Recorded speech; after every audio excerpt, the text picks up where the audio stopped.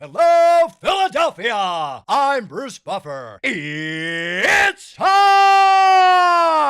for the Anthony Gorgano Show! Good morning! Good morning, everybody! Happy Monday to all across the Delaware Valley, August the 4th.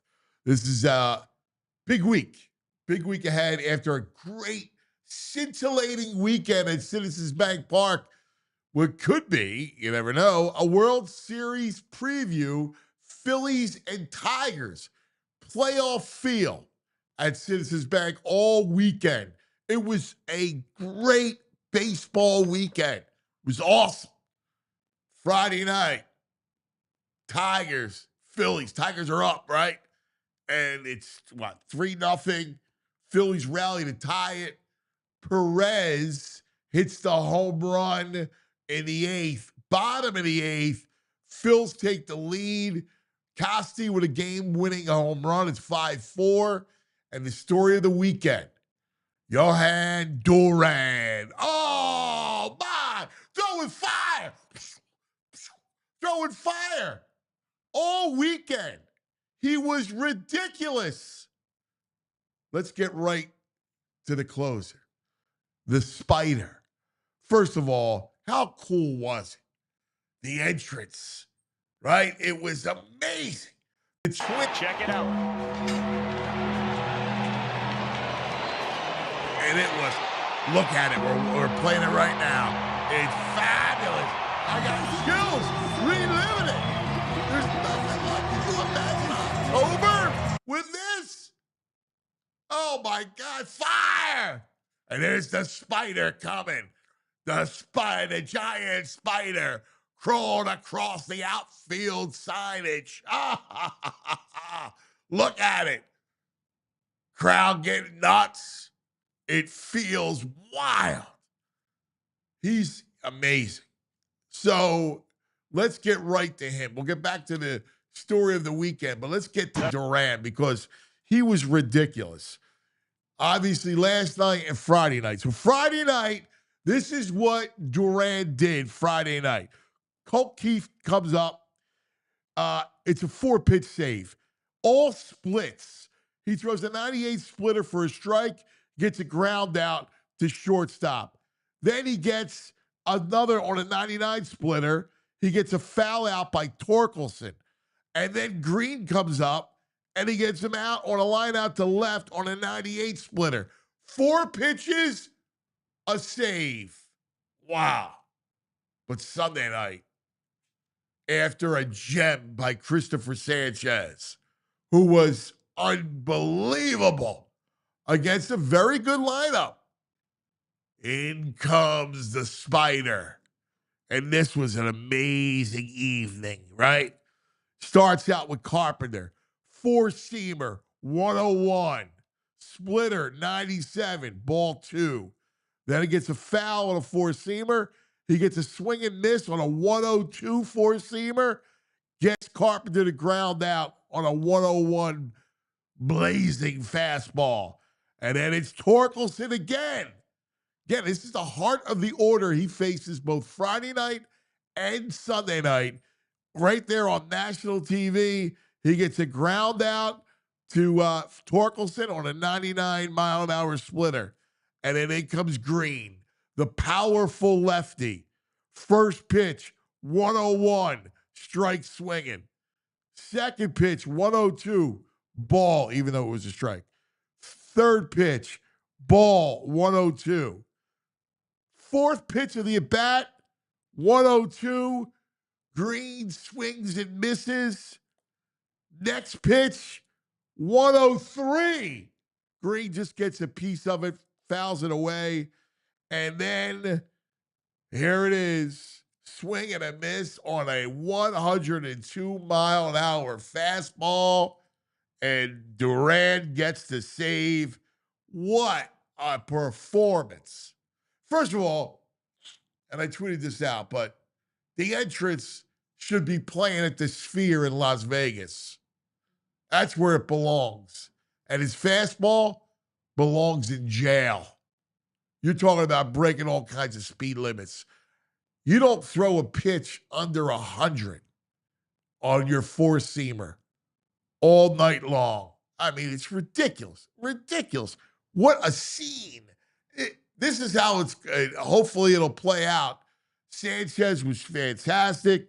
He gave you 8 innings, was just out of his mind, right? Only allowed 5 hits.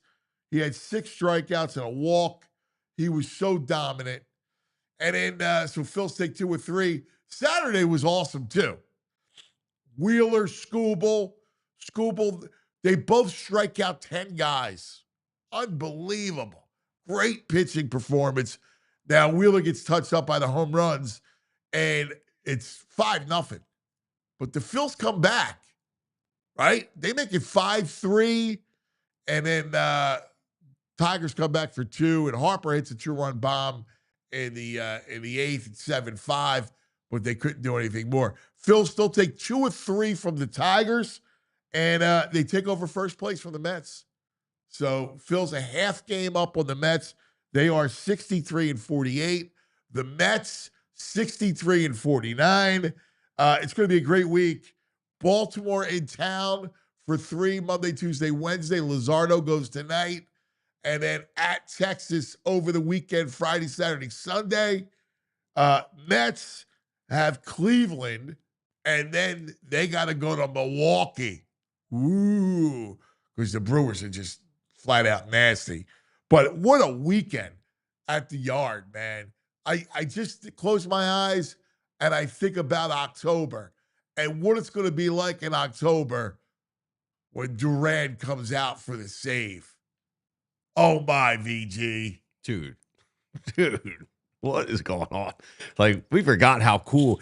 Screw the analytics people. Closers are cool. Closers are the greatest. Closers are cool, man. I don't want no committee or matchups. No way, dude. No. There's nothing cooler than this. In baseball, they're rock stars, man. And he's just bringing it. Nasty. Well, high. let's The start from heat the is entrance. high. Because the entrance is just theater, Yes. right? The entrance, that's the greatest of baseball. Yeah. Like, the lights go out, the fire, right? Yes. Let's give props to the men who helped make this happen are Dustin Morse, Twins VP of Communications, Sam Henshin, and Jeremy Loosbrock. These people, according to Matt Gell, put over 500 hours in creating this entrance and the theatrics, and they decided, we got to, for the good of the game, give this to the Phillies to use all our work. It's awesome. Props to those guys. It's fantastic. Yeah. I mean, look at this. Yes. Look at this scene. I mean, it's so great. Like, it's the ultimate theater. And can you imagine this in October, dude? Yeah, I can't Right? wait, Like, dude. it felt like a playoff atmosphere all weekend long. Sunday night baseball, this is everything they wanted. Sunday night baseball all weekend long. I mean, Saturday with 2 aces going head-to-head, striking out 10 apiece. Dude, the city, I was out at the bar watching Saturday's game. No music allowed, full volume. Bar was packed watching Skubal and Wheeler. It's August baseball in the city's. No, it's ready. Yeah. It's ready. Robs, Dombrowski, we won another bat, but this move's fantastic. Well, I mean, come on. I mean, and saves them a little change so they can pay Kyle. Salisbury said something on Friday, Stakes, that I thought was spot on. He said, had the Phillies gotten Bader first, oh, yeah, and then Duran second, he's absolutely right. we would have had a whole different attitude. 100%. Yeah, it was anticlimactic, the Bader. Or yeah. So I don't know, dude. I'm ready to go. I'm going down tonight. I'm disappointed because I'm probably not going to get a chance to see it tonight. It's like, so I got to buy tickets all week now. It's like I get a part of it. You got to be a part of it. Yeah, you got to be right. a part of it. And you got to see the only it. problem is like with tonight Wizardo. I mean, these should be Orioles, blowout games. Exactly. Yeah. Baltimore's tanked. They traded everybody. They're going to smash them. Those are great. How about those Yankees? You see what happened Friday night? Yeah. all their main acquisitions gave up a 5-run lead in the bullpen. Yeah. They get swept by the Marlins. Yeah. Love it, dude. Yeah, it's great. It's great. It's funny. Great baseball weekend. It was a great baseball Except for the weekend. Speedway Classic, which we'll get to. The what? The Speedway Classic. What's that? Oh, it's like the Winter Classic. They built a baseball stadium in a racetrack, and it was the Braves and Reds played I in didn't it. see that. Oh, No. it's a when the Nugs, it's a disaster. Oh, I didn't even see it. I didn't see it. I was so caught up in what was going on here. Yeah. And then I got an eye on the Brewers too. Like Brewers are nasty. They are. They'll hit their road. They'll hit their patch. Yeah. Listen. I'm so bullish on the Phillies just because of the pitching. Like I know we talk about the bats, and there's still people. There's a lingering effect about they still don't have enough bats. I saw it even after last night, and everybody was excited over Duran. Listen, pitching wins in baseball, so let's go. And you do need some timely hitting from the studs. Casty had a nice weekend. He's 4 of 11. I told you on Friday. He was active all weekend. I told you on Friday that Castellanos will be one of the keys. He and JT, the two right-handed bats, are going to be the keys to October. Give a little props to my boy. Friday night, drove in the tying run and scored the winning run. Otto had a nice at bat. Yeah, he did. Yeah, I mean, you get a little something from him. You're all right. I mean, left field's going to be Sanchez was dominant, man. Dude, not only dominant, he's so efficient. 83 pitches in 8 innings. Yeah. And you know what's funny? If it was any other time, Topper would let him finish. Yes, yeah. But it's Sunday Night Baseball.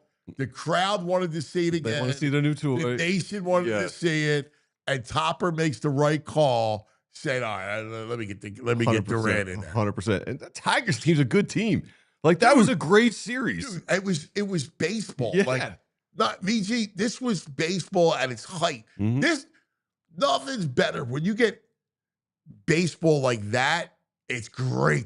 It's the best. It's great. Yeah, every pitch matters. Like it's the difference when we look at all sports. Like when you get a playoff feel to it, it's unlike anything because of the drama. And how do you hit 103?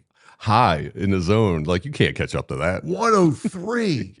Dude, he is just humming. He just comes in and the 2 fastest pitches ever thrown at the ballpark in this first weekend here. Is that wild? Yeah, dude. Because Billy Wagner was here throwing some heat back in the day. Yeah. Nah, but you're talking 103.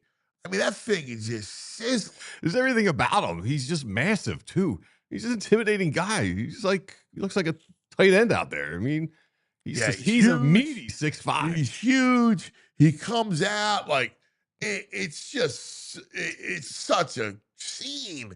What a scene. Oh my God. Duran, bro. Duran. Bro just walked in. Fresh off vacation, all casual looking. Oh my he's God. still head on the beach. Oh my God. I thought it was great. Dude, it was awesome. It was great. My man, Tastegate Dom just hits up on the text board saying, "You worried about Wheeler?" No, not at all. Not at all. Yeah. I'm not worried about Wheeler. No, he's just one of those stretches, man. It happens. Yeah, but he's Wheeler. He's the best pitcher. Wheeler. Second best pitcher in the game, if anything. He got touched up a couple long balls. Look at the bro.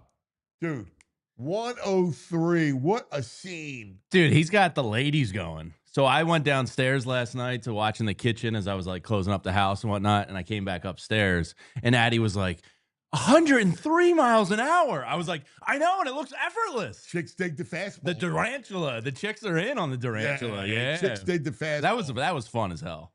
Like, this whole thing is awesome. It was such a great theater. It was great baseball, man. And how cool is it that the Phillies and Twins work together? Oh, I loved it. In fact, to get it done. VG gave props to their department because good job, Minnesota. Yeah, I mean, 500 hours it took to build that 500 hours to build that. Yeah, well, it's so good. They had to It's remix awesome. the So good. song because it's lyrics from the Pitbull Daddy. Yeah, there's a whole lot of work they put. Yeah, into it. and the fire, like Yeah. the fire and the spider. I mean, To quote the great Sarah Langs, baseball's the best. it is. Sometimes it's just the best. You know what? It's so good when you have it like that. When it's great, it's off the charts. When it's bad, right? Like Yeah, just cut Kepler. Speaking of bad, just DFA him right now. Come on, you can't. get him out of here. He's a bum. He is, but you can't. Unfortunately, you can't because you need a left-handed bat off the Crawford bench. will be here the 15th. Need that slap hitter off the bench. You need something. Yeah. Yeah, you need. He's not going to go anywhere. I don't think so. Get his bum ass out of here. But baseball's great. It was so incredible. Oh my God, I got chills all weekend. It was such a great baseball weekend.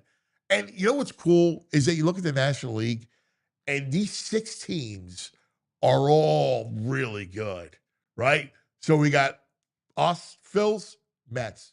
And the Mets are good, right? Yeah. Like their bullpen. They spanked us last year. The, Can't bull, say the much. bullpens are good. The bullpen is good. And then you go Cubs that mash, and the Brewers are just nasty. Yeah. That are beating up on a bad team, but they're nasty, Cubs are legit. right? And then out west, Dodgers and those freaking Padres. They loaded up. dude. The lineup is ridiculous. It's 9 deep. They got Yeah. Diaz Michael hitting ninth, King their might be coming catcher, back. Yeah, they went all in. and their That bullpen. defense. Mason Miller. But as great as Mason Miller is, He's he's not the He doesn't Durant. have the- He's He not doesn't have the cool. control of the Durant. No. He Durantula. puts it wherever he wants. Durantula. And you didn't have to give. This is like where people can bitch and moan about the battle they want. That fact that he gets a closer like Durant It's huge. and doesn't have to give up one of his prized possessions. And it's a Danger. great contract. Yeah, Because 2 he's more gonna have to years. pay- Oh, he's yeah. gotta pay You get him Schwarber 3 Octobers. like 10 mil. Right. Yeah, it was the biggest no-brainer. You get him 3 Octobers. I saw people online like crying a river for Tait, and I'm like, yeah, that's great. He's 3 or 4 years away, and you get this guy for 3 years. See ya. Listen, he could turn out to Johnny Bench. It doesn't matter. It doesn't matter. It doesn't. Like you got to give. You didn't give up Painter and you didn't give up Miller. Yeah. All right. It was a great trade. All right. Thanks for letting me crash. Welcome the show. back, dude. Yeah. good to be welcome Good to back. see you. You're all How was tanned vacay? up. Good vacay? Oh, it's great. Yeah. Girls are mountain girls now. Nice. Nice, man. They running He was moonshine. up in the hills. I love it. Yeah, dude. I got chill. I couldn't wait for the game last night. You getting flutters? I did. Yeah. All weekend Oh, long. nice. I had such a blast with it from Friday night, Yeah. Saturday. I couldn't wait for Saturday, but my schedule was great because it was like a lot of stuff. I had a chance to I watched pitch by pitch Saturday, Could relax Pitch and by pitch. consume it. Sunday night. Yeah. It was great. I love the Sunday night broadcast. I love it. They're fantastic. They are. And the cameras, it looks great. Yeah, They do a really good job. It feels big. It does. Yeah. I think, and that's what it needs. Like, it's like old school Monday Night Football. Sunday Night Baseball. Yeah. Sunday Night Baseball should be something. Yeah, It because I should. love it. The way they do it. Yeah. And it should, every week should be a flex. It should be 2 teams in the middle of it, battling it out. Yeah, especially as you go down the stretch. Dude, it's a slugfest in that. Like, every division's got 2 teams at the top who are just going to. Like I was talking about on my Fox show on the weekends. Like, you got those 6 teams, Yeah. and they're really even. Yes. Like They're all. they're all great. The American League blows. Like it's nowhere near the National League. No. Like there's 6 powerhouses. Dude, it should be a fun stretch for the next 2 They got to months. win a division. Yeah. They got to win a division. Yeah, I heard people saying they maybe are better off with a wild card. Nah. No. I don't want to go. I don't want to chance any. No. You got to go to Wrigley and win. No. Or you got to go like, especially if you get the third walk. Like you don't want to deal with that. No. You don't want to deal. This team is 35-20 at home. We need home field advantage the whole way. Yeah, the way and in the playoffs. Remember, I mean, they're Yeah. nearly unbeatable in the playoffs. Yeah, it's I don't want to talk about Arizona, but yeah, you know and it. it's a frenzy down there. Like, It's unlike any place in baseball. Like this October, between the Birds and between the October baseball. also, the Birds got a Duran fever as well. They incorporated his song into their practice playlist. Yeah. I love it. I totally love it. It's just amazing. But that's how the pitching. People, I get bats, I get it. But you get a Schwarber home run, you get Sanchez pitching like that, and you got an unhittable closer. Dude, they're saying, someone tweeted out, Schwarber is the first player in history to hit 38 or more home runs in his first 4 seasons with the team. Like, he is just the model of consistency. He just comes and does what he does. We were talking about this, I think, last week about, I remember Schmitty, when he would hit home runs, he'd hit them in bunches. Yeah. Ryan Howard was the same way. Peace would hit home runs in bunches. You know, 5, 6, 7 over the course of a couple, 2, 3 games. Right? He just hits them like every other night. Every like 8th at bat, it feels like he's hitting one. Yeah. Dude, and little props to J-Roll. It's nice to celebrate J-Roll this weekend. He needs to be in the Hall of Fame, man. Yes. Like, it's ridiculous. I was thinking about this too. When I saw that, I was thinking about him again. He was one of the best. It was him and Jeter, right? Yeah. That's it. Yeah. Yeah. If you're he was the second best shortstop of his generation. Yeah. You Come on, man. Gotta be in the Hall. He did everything. He was an MVP award winner. Yeah. He was a great fielder, had a great arm, was an engine at the plate, was clutch. He has so many stats going around here. Like, he's the only one, like, his WAR, all this, there's nonsense, but stuff I don't understand, but he should be there. I don't understand the case that he's not there. The other guy that I was happy got his due is Ed Wade. Yeah, we were hard on Ed Wade, and he really put them in a position to win. Ed Wade is why they won in a way. That core, I mean. It was his core. Yeah. The other thing about Ed is he took the brunt for ownership. Right? Long before Middleton. Yeah. It was the gang of the gaggle of 6, I guess it was. Do you feel a little bad about how we were with Ed? Sports talk radio was brutal to Ed Wade. I feel a little remorse. Yeah, I do. I mean, it was unfair because when he was, you remember what he said that went down in the annals of quotes about the Phillies being a small market team. Yeah. And he didn't mean it like a small market. He meant the media market, the length of the media market, because that's how back then you really made your money. Yeah. Right? It was just the media market. And it's a shame. He had cheap owners. They were cheap. They were cheap. All right. So, Middleton comes in and, the greatest thing that has happened in his franchise is Middleton taking over. 100% agree. Cole Hamels now up for, he's eligible for the Hall. Chase got more votes than Jimmy Rollins. I don't know. I'm just here. Sticks in my craw that J-Roll's kind of slated a little bit with the baseball writers of America. Yeah, I agree. I don't understand why. I don't think Cole's Hall of Fame. No. I don't even know if Chase is. I don't know. That's a great question. You know why? But I think Jimmy's a Hall of Famer. Yeah. Even more than Chase. I totally. But there's something about Chase, man, he just made every big play. You know what I mean? Yeah. He made his numbers aren't there. No, he had a couple of years where they were, and then he just became pedestrian. But the consistency of the numbers, it's why I would say no of that group. The shame is Howard, because if Howard comes up earlier, Howard would have a shot, and he doesn't get hurt. Yeah. I mean, Howard got hurt early. You got any intel on us? Michael Parsons going to be an Eagle? No. No deal's chance? gonna get done. Yeah. No. All right. Now, in fact, I talked over the weekend to somebody, and they said, listen, the deal's going to get done, but it'll hurt them because it's going to hurt them around the league. The fact that they war with their stars, right? The fact that they do everything poorly it's already hurt them, right? They haven't won in 30 years. So say that again. And they've become a laughing stock. Right. They really have. No, I mean, social media. I mean, it's a joke all weekend. Schottenheimer having them run sprints. No one's running. Ridiculous. Jogging.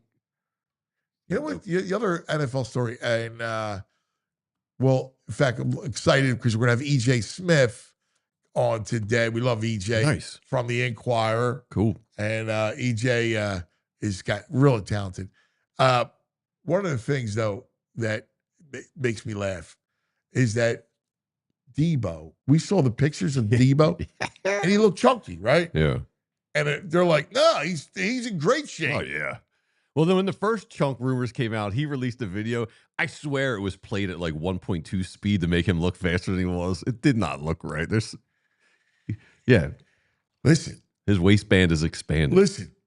McLaurin is an issue. It's a big loss. That has to get done. But I hope he's traded. Of course, but how the rhythm of these things, they're two big tickets. Yeah. So that's why they're almost immovable. Like the Cowboys ultimately are going to sign Parsons. But it's a joke. It's the greatest thing in the world, that we get to witness their demise. Dude, it's a slow, painful demise for Cowboys fans, but I love it. It's the greatest thing in the world to see their demise. Yeah, because they get propped up nationally, and it's great. God, I keep putting them on primetime. They're a mess. This organization is a total joke right now. It's funny. We do best and worst of the weekend, which we'll do. Yeah. But to me, it was all good. This weekend? Yeah. Cowboys demise, Phillies looking like a World Series team. Yeah. And we get to try out the new toy. The weather was great. It was perfect. Yeah. Perfect stuff. All right, we got to take care of some business. We'll come back. We'll do some Nugs, best and worst of the weekend. Brain's going to join us today. And then EJ for his camp report. And then coming up at 10:30, Murphy Mondays. We'll talk to our man David Murphy all about the excitement at Citizens Bank Park. Let's talk a little bit about our partners. How about some TrueMark? I know Kelly's fired up. Oh, dude, she's got to be totally fired up. You're fired up today. Probably with a Phillies hoodie on. So CEO TrueMark Financial, Kelly Body. We love TrueMark. Summer's here. That means your kids, they're out and about. Summer's got them out of school. They're hanging with friends, maybe picking up a summer job, maybe doing a little more chores around the house. So they got a little more cash in their pocket. So it's perfect time to set them up with something. Teaches them real world money skills and, gives them a little freedom. And it's this cool program, the Greenlight debit card and money app. And if you're a TrueMark Financial member, it's completely free. And here's how the Greenwork account works. The kids get their own debit card. You can set savings goals, track spending, learn how to budget it all while you stay in control of everything from your phone. And they get to learn how money really works in everyday life. And you get to stay in control so they can't go crazy. So before the summer rush is here and gone, this is a great way to help your kids build that most important smart money habits that'll stick with them long after the season's over. So head over to TrueMark.com/Greenlight and get all the details and sign up today. And don't miss this great chance to set your kids up with some financial success for their future. TrueMark.com/Greenlight. Now let's talk about our friends over at Ace Hardware Home Services. Because if you got an outlet you said you fixed last summer and you haven't gotten to it, Ace Hardware Home Services, they got people that can handle that and help you out, because now they're not just the helpful hardware folks, they're also the helpful home service and repair folks. From plumbing to heating, cooling, electrical, they've got trusted pros to keep your house humming all year long. Ace Hardware Home Services.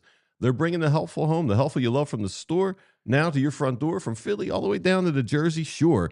And this is what they bring, man. Ace Hardware knows what's up. They bring experience. They bring local plumbers and techs that handle everything from repairs and seasonal maintenance to installations and upgrades. They bring you understanding. They'll listen to your goals, and the job's never done until you're totally satisfied. They give you free estimates on equipment installation and the replacement with trusted advisors and options that are best suited for you and your budget. Ace Hardware Home Services are also local, which is important. Their teams live and serve in our community, and they're dedicated to keeping their neighbors comfortable in their own homes.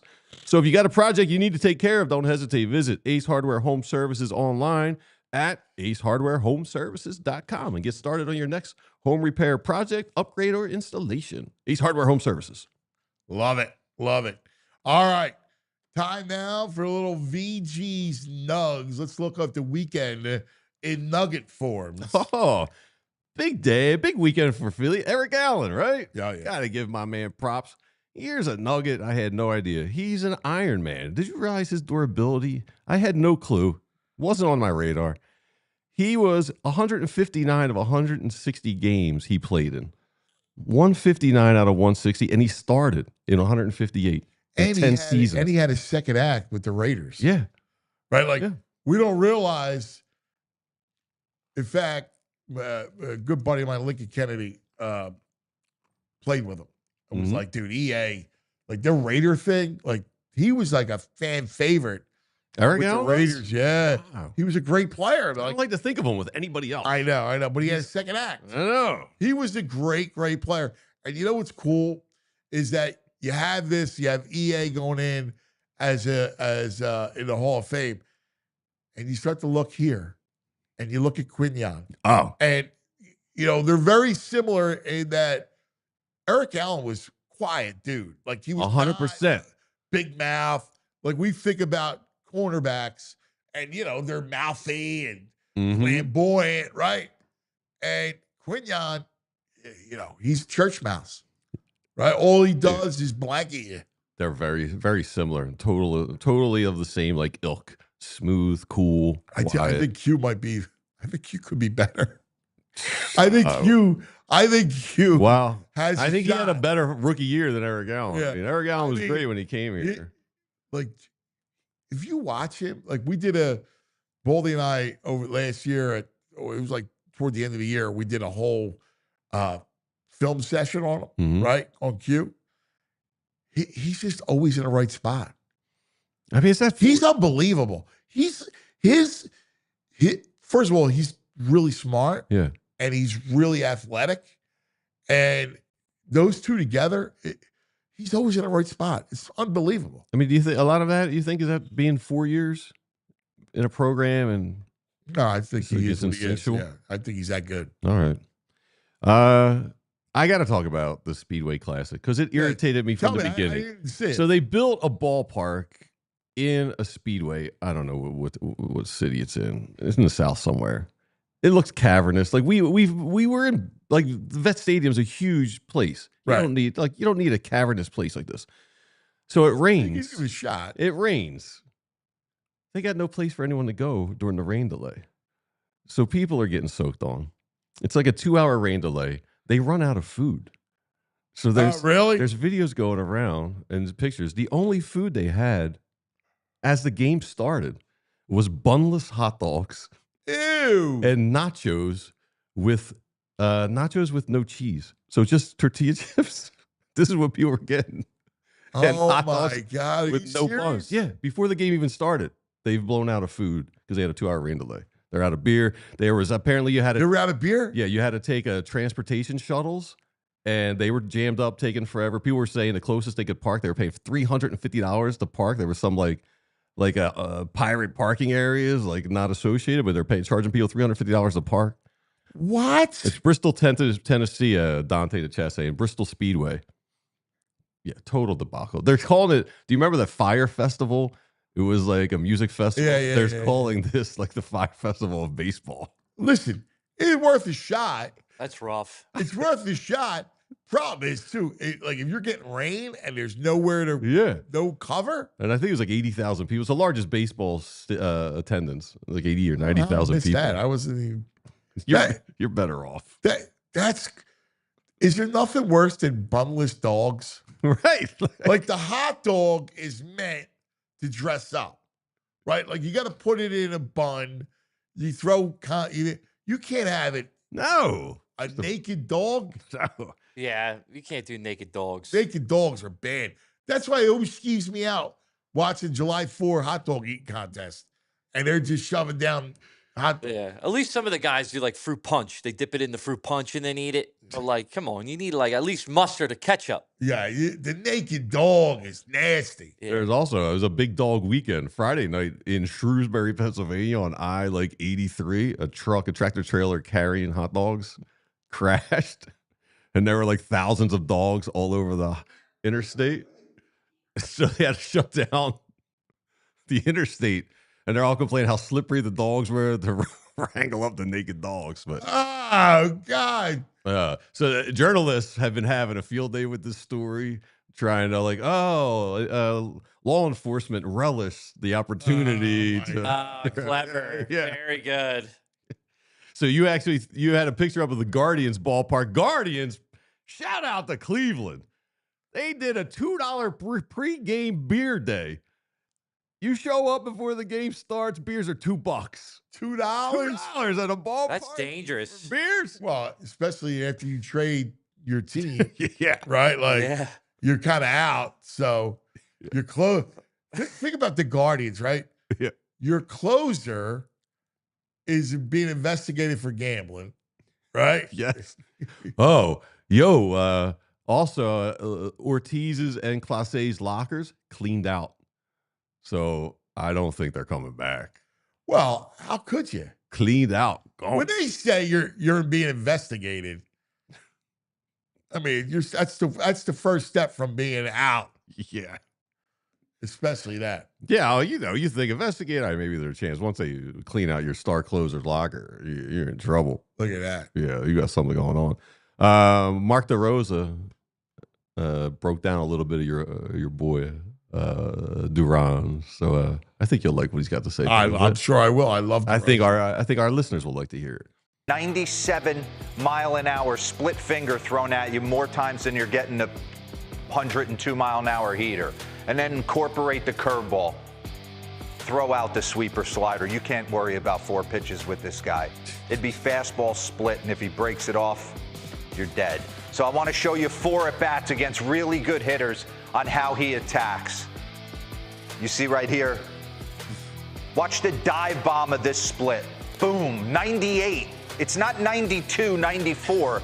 This is 97, 98. So you have to attack it like a fastball. Here he is against James Wood. Little breaking ball, 88, get me over, steals a strike. Tries to backdoor it, 1-1. Nasty splinker almost at 99, and then he elevates 102-mile-an-hour fastball. It's crazy stuff. How about against a right-hander? You have almost no chance. 96 splinker, misses arm side. Look at the break on that pitch. Wow. Pause that for me real quick and run that pitch back. So Caminero just saw 96 split in off. So his first move is to kind of almost jelly leg on this breaking ball as it comes out of his hand. Run it, 1-0. You see him buckle right there? Now he's right back in the count, 1-1. Breaking ball off the plate. Give it to me again. Makes good hitters look bad. Gunnar Henderson. Wait, I want to take you through this, AB. Gunnar, let me tell you something. Don't ever bunt ever in your career. But I get it against Jhoan Duran. There's 97 splinker, and there's top of the zone, 100 miles an hour. So he's just got absolute nasty stuff. No, dude. He has no shot at that. No, dude. Like, watching him is so awesome. You know, we don't I never got a chance to see the Twins play. Really. Yeah, you always heard the the myth of quick Durant, pitch or two on ESPN.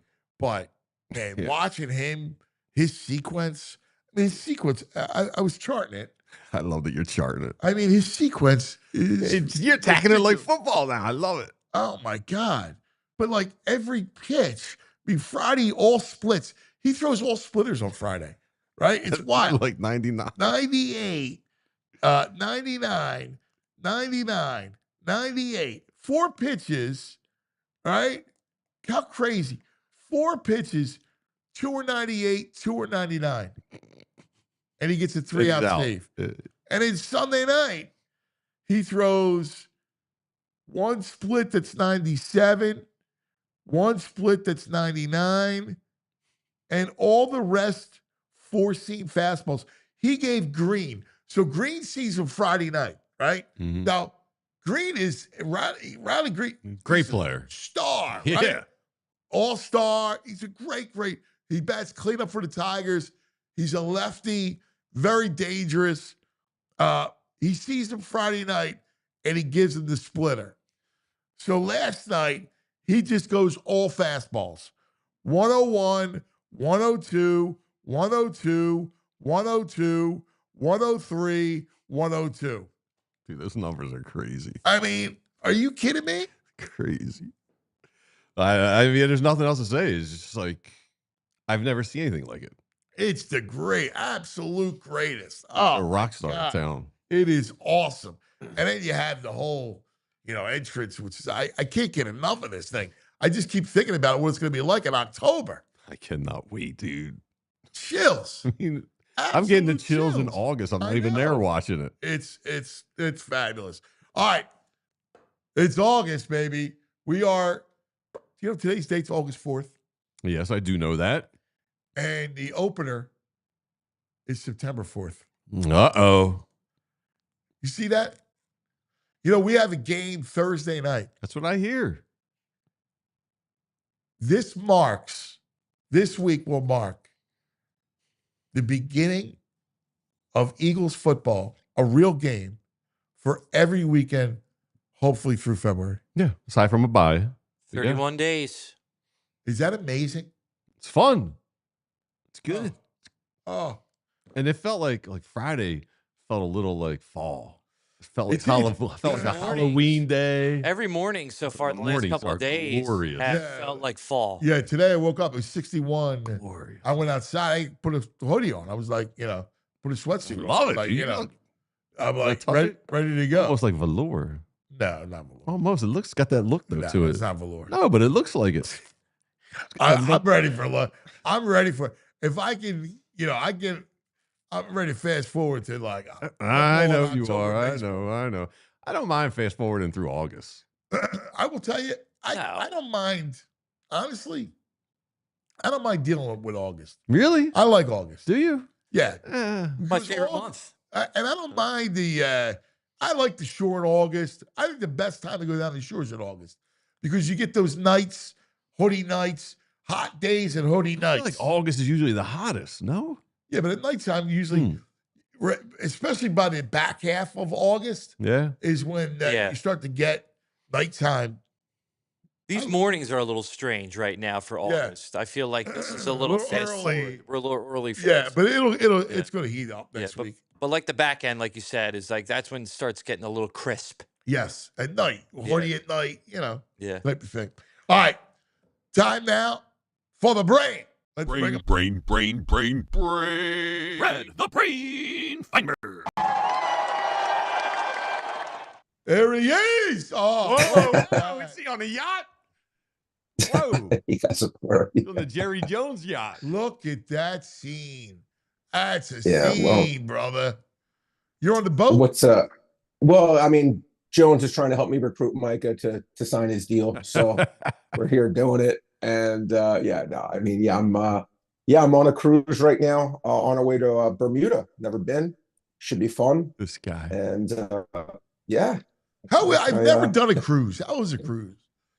Well, I mean, I actually like them. What I like about them, although this one's just going to Bermuda, but usually the ones I've done in the past, guys, you go to like 4 different cities, you know, in 8, 9, 10 days, whatever it is. And the best part is you don't have to go to the airport. You don't have to pack your luggage. You just wake up and you're there. So I really do like that aspect. I tend to overeat on these things. Which You don't is not say. Good. Yeah, I know exactly. I don't say. But I actually love them. There's actually a lot of stuff to do in the cruise. It's activity after activity after activity. It doesn't end. Like it's always something to do. I enjoy them. My family enjoys them. So yeah, if someone hasn't tried it, I would recommend it. That's great. Look at that. You sometimes can see the you can water get good moving deals in the too. background. Yeah, it's nice. Yeah, it's nice. Great shot. You framed the shot nice, Brain. It really is. You know, a lot of photos try to going on over here. Now, Brandon, is this like a giant like Carnival cruise ship or more of like a smaller like luxury Norwegian? cruise?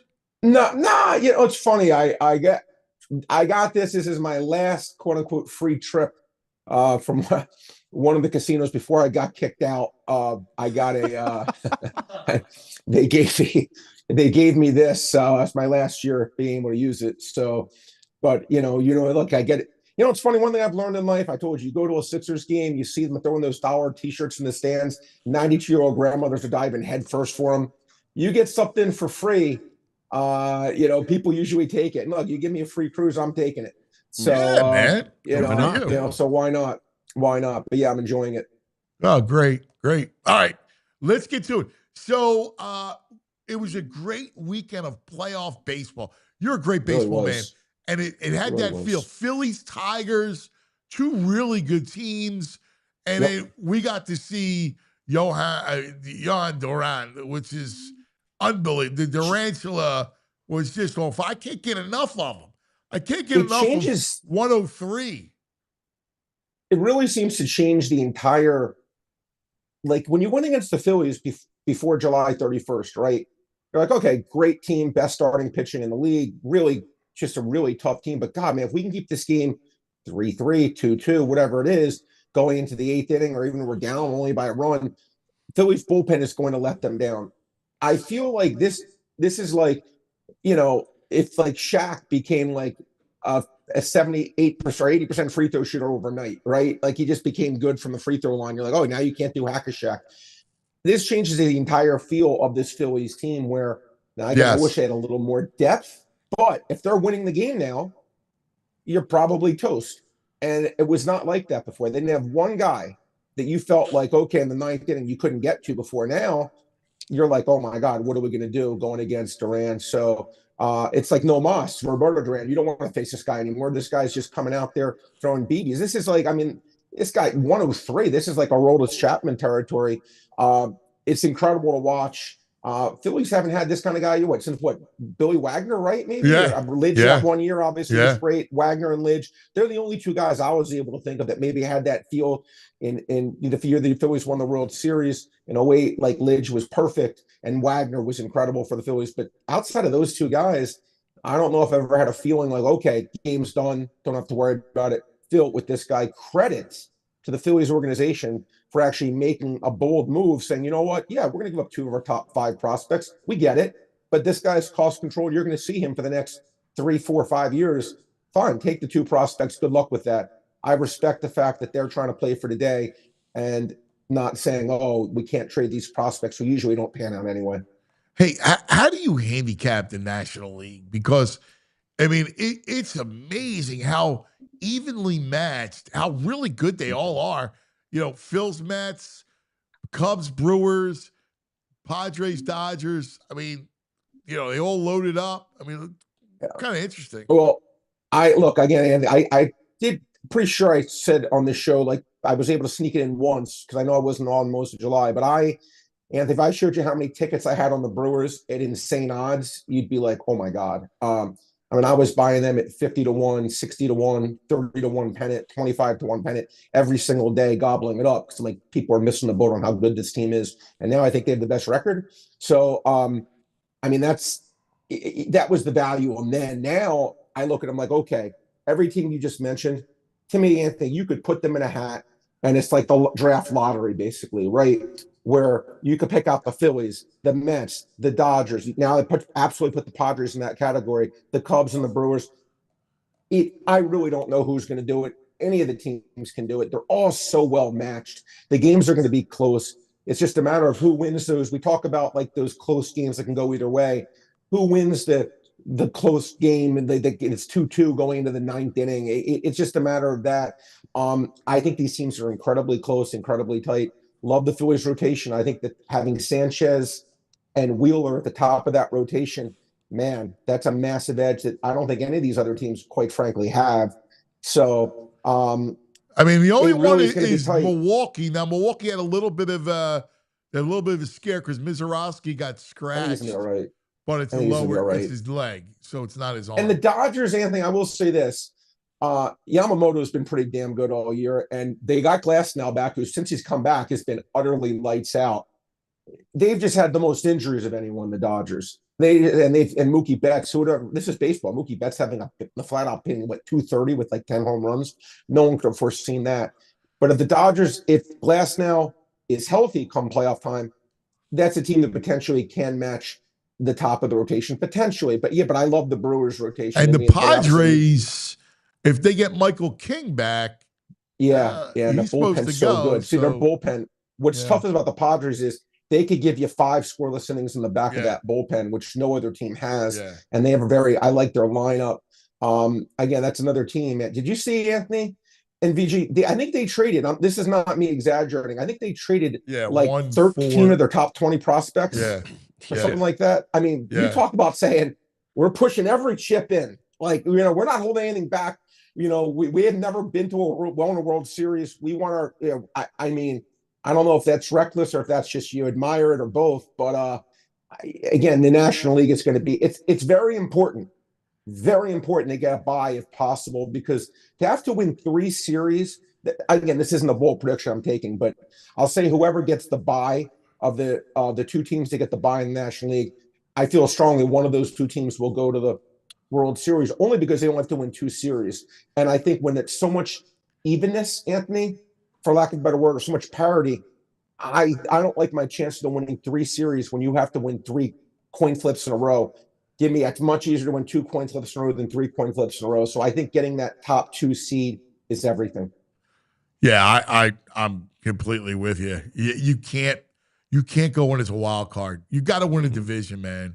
It's going to be hard. It's going to be hard. And even if you win as a division, it's still there's not going to be a free lunch here, right? Like in the past, you'd say, all right, well, we should beat this team. Like when they played the Marlins, was it 2 years ago when they lost them in Diamond? Yeah, they played the Marlins? It was the Marlins. And they smoked them. But they're not going to get a free. By the way, the Marlins, just will say this, they were pricing their season win total every single day as they were a 60-win team. And they have not changed that. If you want to bet season wins, they keep pricing the Marlins like the worst team in the baseball. The team's freaking 500. And they keep pricing the Braves like they're a 94-win team when the Braves are one of the worst teams in baseball. Yeah. These are inefficiencies you got to pick up on. Stowers is ridiculous. He's been great. He's been great. And the Marlins, they had a pretty good pitching staff. Team's on the right path. But you got to win that division. But the Phillies, look, they have the ability to get it done, in my opinion. They absolutely have the ability to get it done. Would you guys think Aaron Nola is going to come back? I mean, getting a you think? Yeah, I think what you're going to do is you're going to look at Nola comes back. You got Painter also, who's starting to look good at AAA. Yeah. So you'll see what Nola has. If Nola, which you hope is better, then he's your 4, right? If not, you got Painter to slot in at your 4. And to me, in the playoffs, Luzardo and either Nola Painter are 3 and 4, and Rangers your backup. Well, that was my question to you. Okay, so let me ask you a question. So that's interesting. So to you, Ranger would not be ahead of those guys? You don't think he's deserved that little bump, considering how consistent here's why. He's too valuable as a fail-safe. He's pitched out of the pen before. He's a weapon. I look at Luzardo and I go, I know that in game 3 I've seen him. He's got great stuff. He could give you 6-7 innings, right? And if he does it, I'm saying Luzardo. Yeah, I'm sorry. No, but Luzardo could throw out of the bullpen. Yeah. No, it's just how you profile, right? I can't bring Luzardo out of the pen. I can't bring Nola out of the pen, right? Both of them. Why not Luzardo, though? Because the way he throws so hard, you don't think potentially he actually could be like a good. First of all, you got to start an inning. You can't bring him in with runners on because he struggles out of the stretch. And if you watch him, he's not a guy that prepares. He's not a guy. He's way more of a starter than Suarez is. So you think he's the not 4 a guy starter, that'll juice it up for one inning. It's not who he is. So you think he's the 4 starter, probably? Luzardo? Yeah. He's your 3. Oh, you think he's a 3? Okay, and then you think that Nola or potentially Painter would be the 4. Okay. Yeah. Well, look, hopefully, look, it works out again. But obviously, with that pitching staff, it's certainly good enough to get it done. And the way, Kyle Schwarber, I think you would agree, Anthony, he's probably been, the second best player in the National League this year after Ohtani? Yeah. And he's been terrific. So I can't wait for the postseason. Again, it's getting to be, with Bryce, Turner, Schwarber, these guys are, again, they're not young. So to me, again, Nola's obviously older. Wheeler said he's retiring after this contract here. You really want to get one of these World Series in. You came so close against Houston. I'm just really hoping this can be a year you get it done, just because it's so hard to win. It's so hard to win in baseball because there's so many good teams now. And I'm really hoping this is the year they can do it. They have the bullets to do it. Hopefully they can. All right. This is we begin a momentous week. I know. Right? Yeah. Because we will have an Eagles game, except for the bye, for every week from now on through hopefully February. Anthony, we did it. We got through it. It's here. We did it. We did it. We did it. I feel like Shawshank Redemption. I feel like Shawshank Redemption and giving you and me and you giving each other a hug like Red Manny Dufresne. You know, we made it. We crawled We through made the it. muck. We made it, man. We made it. Football. Exactly. Everything else was just passing time Yes. to get to this. Yes. And that's just the way that it is. Let's keep it real. But yeah, look, I can't wait. And look, as you said, look, the Eagles coming off just an incredible season. It should be another incredible year, and I'm really excited to see how everything goes. Again, back to back. Again, they certainly have the talent. Again, I told you my only question is the schedule. By the way, I have a weird take for everyone. If everyone makes this is probably going to be my weirdest take ever, but I've hit some of these big long shots before. I'm going to give you a big long shot. You're both going to laugh me off the air, but that's okay. I love you both. You're going to laugh me off, think I've been drinking. But here's my take. NFC East. I think the Eagles will win the division. Okay. I'm going to predict, and they were plus the Giants 900. are coming in second. Yes, and before you laugh me off the air, I'm going to tell you why. No, their defense is.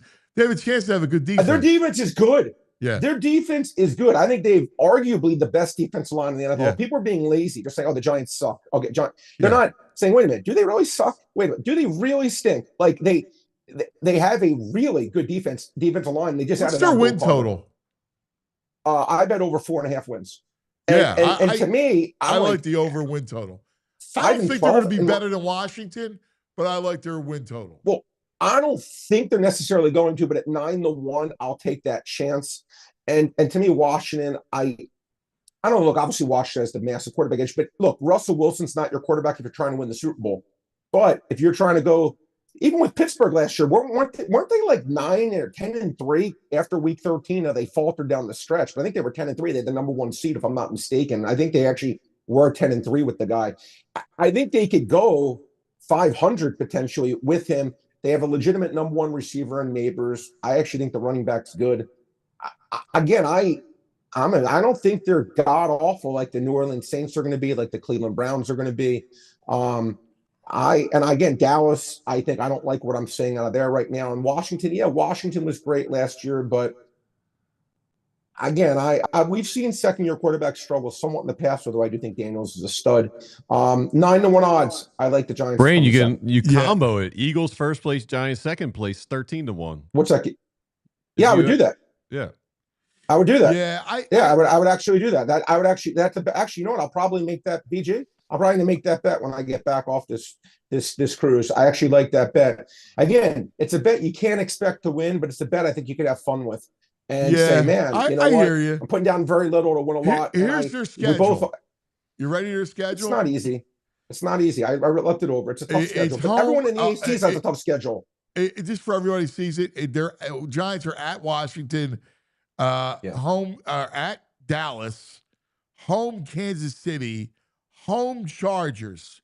They could be 0-4 to start the season. It could be. Then they're horrible. at New Orleans, home Eagles, at Denver, at Eagles, home Niners, at Chicago, home Packers, at Detroit, at New England, home Washington, home Vikings, at Raiders, and home Cowboys. That's a tough Dude, but I'm not making this bet. I don't see that being anywhere near second by the place. way, Dallas and Washington have the same schedule. I'm not making this bet thinking they're going to win 11 games. Okay, Yeah, I'm but the making way this the bet, Giants, they hope they maybe get in 9-8, and maybe Dallas goes 6-11 or 7-10, and maybe the Giant, or maybe Washington goes 8-9 or 9-8, and they win a tiebreaker.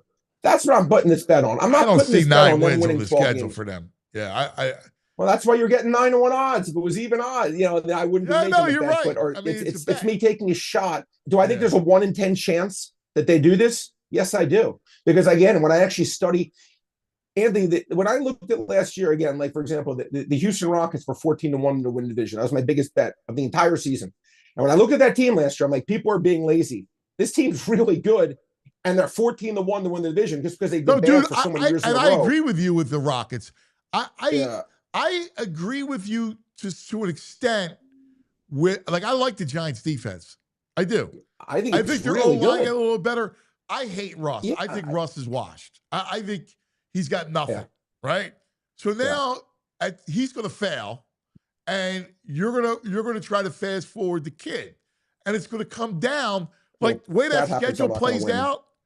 That kid will be starting. Well, then I'm done. No, like I would the have no kid's going to chance start to by plays. week 6. Well, if that's the case, this bet has no legs in all probability. I'm going on the fact that they're going to win a bunch of, or when I say a bunch of, let me rephrase. They're going to win enough 17, 14, 16, 13 kind of games, because I agree, Russ isn't going to take you to heaven. Okay. But if he doesn't turn the ball over, which I don't think he can, and think he can at least just be bad without turning the ball over. If they have as good a defense as I think they can, these games could be 13-13 going to the fourth quarter. Maybe they win half of them. That's all I'm saying. Again, I don't think they're good, but I think they have a good defense. Yeah, if you had Russ a couple years ago, I'd say you have a shot. Oh, well, then I actually would love the bet.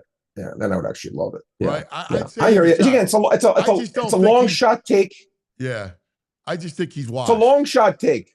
See, the problem with Russ, it's a long shot take. The problem with Russ is that he's got to move to see windows, and he can't move it's interesting. anymore. That's a player. You're right. It's interesting. A lot of players, when he lost, I didn't think it would affect him that drastically. When he lost his, because he was a Hall of Famer, no doubt a Hall of Famer. When he lost his mobility, I didn't think he would become like this bad. And I guess his mobility meant much more to him than I realized. Yeah, because he's short, right? Because he's short, right? He can't see over the line. Drew Brees had to do 9-step, 11-step drops, right? Yeah. But Drew Brees was an elite. Was the most accurate player. Yeah. Right. Yeah, and Russ was not. No, you're right. There's so many moon balls you could throw. So many balls. You're right. Listen, you're right. And look, he's now become like a guy that's kind of like a journeyman number 4 or 5 starter in baseball, right? Just a retread, hanging on, getting like one more. I get Charlie it. Morton. I trust.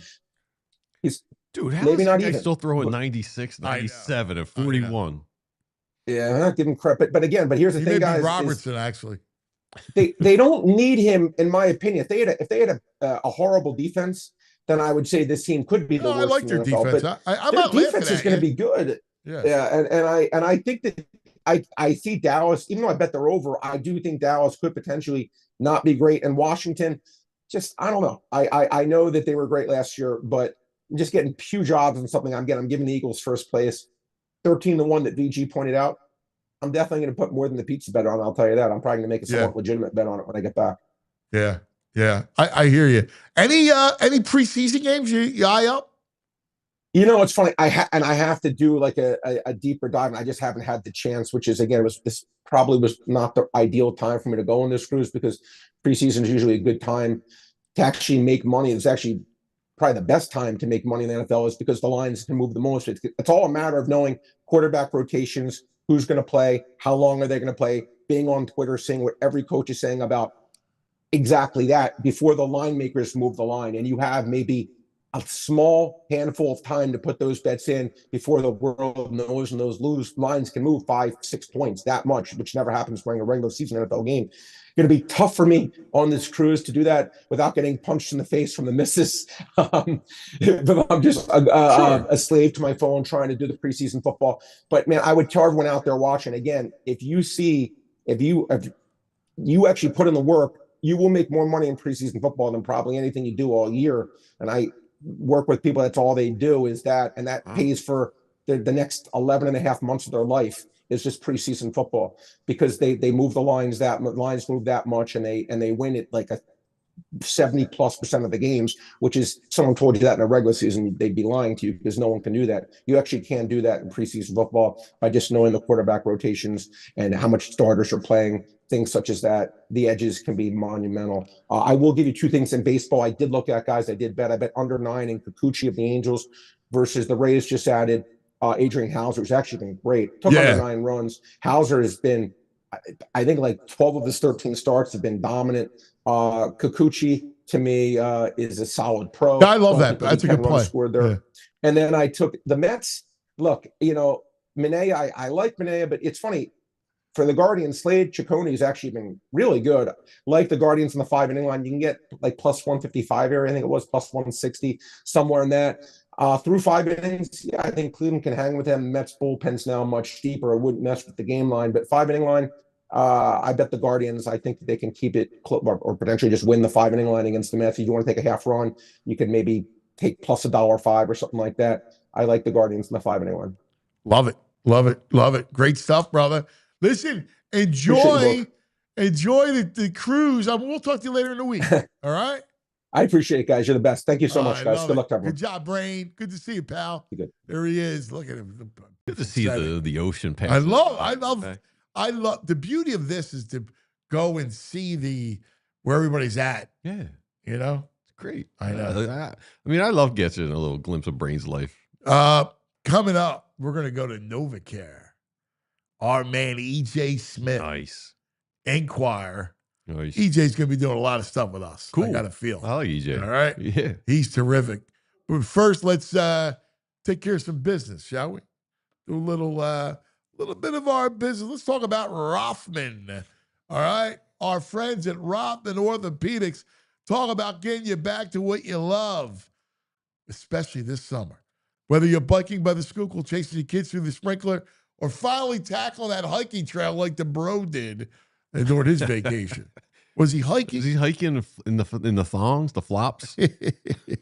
Probably. Listen, Yeah, right. all that stuff's great to do, except when your body doesn't cooperate. All right? And that's where Rothman Orthopedics comes in. From aches and pains after a pickup game, all right, old injuries flaring up during summer activities. Listen, Rothman's team of experts is here to help you. They have a team for every body part right here in our backyard. That's it. You know, you got elbow, you got shoulder, you got knee, you got hip, Achilles, back, neck. They got a team for it. All right. Hand. I mean, you name it. Whatever's ailing you, they can fix it. All right. They're going to get you back out there stronger than ever. Don't let pain put your summer on pause. Visit RothmanOrtho.com/PHLY to book your appointment today. Get back to doing what you love. Pain-free. Rothman Orthopedics, getting you back to your summer game is their mission. All right, time now for the Bet Park Sportsbook online casino app. Dude, we got a nice night of ball tonight. Yes, we do. All right. I love the Lizard tonight. You got to go Phillies run line tonight, right? I think it's a rout tonight. Yeah. Couple things. One, I like Lizard strikeouts tonight. He pitched the contact his last time out. He gets a team that strikes out a lot in Baltimore, right? A team that was gutted by trades. They're very young. This is where the Lizard stuff They were playing. will dance. They were playing terrible before they got gutted. Right. They got Maury Povich on the mound for those. Yeah. For the Orioles. I'd say Phillies -3. Woo! Wait, let's see. Luzardo over 6.5. Yes. And let's get a Phils. Let's see a run line. Would you Bet say Park. 3? Yeah. Bet Parks, yeah. Phils -3. That combo will pay you plus 390. Here you go. That's your play tonight. Yeah. All right. And I like Plus the Marlins. I like 390. the Marlins tonight. They're at -130 against the Astros. Alcantara's pitched really well his last 2 games. And Jason Alexander's on the mound for the Jason Astros. Alexander. That's right. Yeah. Is that it's an anti-Costanza bet. All right. Check out the Bet Park Sportsbook online casino app. All your preseason football, all your futures, you name it. It's right there on the app. And there's always another way to win all the casino games. Live dealer blackjack, roulette, craps. How about a little slots? They have the hot online slots. Mega Jade playing that. It's exclusive only to Bet Parks. Mega Jade. Jade, yeah. I'm getting, it's all a lot of green, so I'm getting geeked up for the birds. A little Asian flair to it. Ah, there you go. Good stuff. There's always, all the slots are great. Check it out. Always fun. Always another way to win. Yeah. New customers get up to $1,000 casino bonus back if you're down the first 24 hours. Just remember, you got to be in PA, New Jersey, Michigan, Maryland, Ohio. You're going to be 21. If you have a gambling problem, please call 1-800-GAMBLER. All right. Now, let's go down to NovaCare. Dateline, South Philadelphia. Our man from the Inquirer. Yeah, he does a great job. E.J. Smith. EJ, good morning. What's up, BJ? What's going on, guys? Listen, I don't have a cruise background, but I figured you'd like this one as well. Much better scene. EJ, Yeah. you know that warms my heart. I couldn't wait. I'd much rather be looking at that than looking at the ocean. That, my friend, no, is my especially happy full place. pads today. Full pads today. It's a good sight to behold, right? It really is. I love it. All right, give me some tenor of this morning. What's happening? What was really the talk over the weekend? Let's dive into the newsy piece of it first. Yeah, so I guess the carousel at wide receiver that we saw on Sunday is probably the biggest news. A.J. Brown, sidelined with a hamstring injury. He's out here. I don't get the sense. I know Mike Garafolo from NFL Network reported that it's not a serious thing. And, again, he's out here standing around watching practice. I just saw him talking with Jason Kelsey. So don't really get the sense it's going to be a long-term thing for him. But, yeah, he's out of the lineup at the same time that Devontae Smith comes back into the lineup. Devontae looked like himself. He was obviously out with that back tightness for a few practices. But, yeah, he looked like his normal self. He caught a pass early in practice on a deep crossing route from Jalen yesterday. And, you've seen a lot of Jahan Dotson working in with that starting team and getting involved a lot. I kind of noticed like A.J. Brown coaching him on the side a little bit. So, that's been interesting to see, kind of to see which one of these receivers can kind of step up with A.J. out of the lineup with, again, Devontae missing time as well. Let's look at what's behind the top three, because that's been the real issue.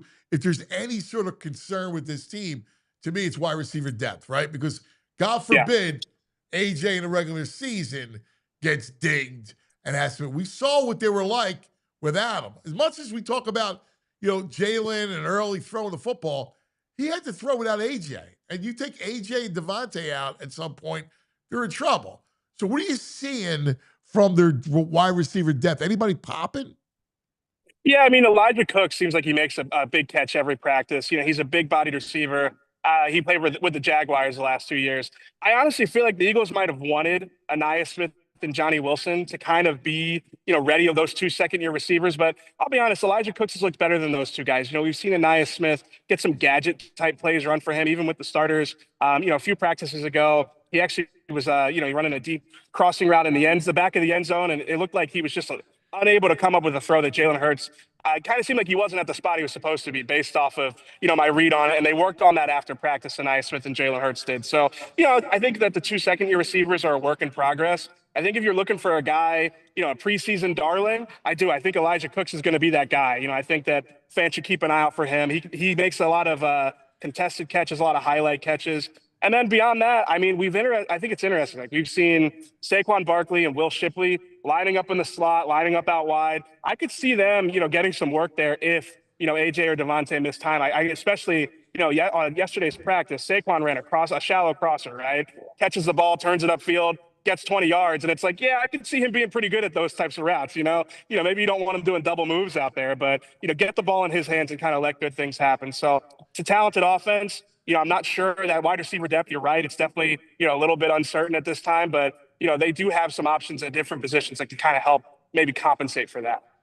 So one of the stories that it warmed my heart is Steen, all right? Because I was telling the story about how Steen and Jalen Carter got into it a little bit at one of the practices last week. It was like the week before. Yeah. And it got physical.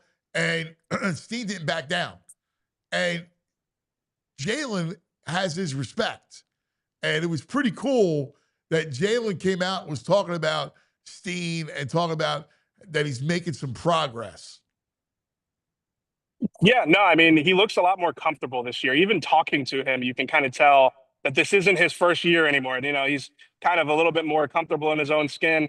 I think that's important. Stoutland coaches these guys hard, so they have to be able to kind of withstand that, take the tough coaching. And it does seem like he's more integrated into the offensive line. And really this year, I think what's probably helping a lot, he doesn't have as much competition. It's not like last season when he had Mekhi Becton kind of breathing over his neck, and the second he got injured, he sort of lost that spot. So I think you can tell he's more comfortable. And, he's had his moments. He's been up and down at in certain areas. I know we always talk about Moro Ajomo, who's having a great camp.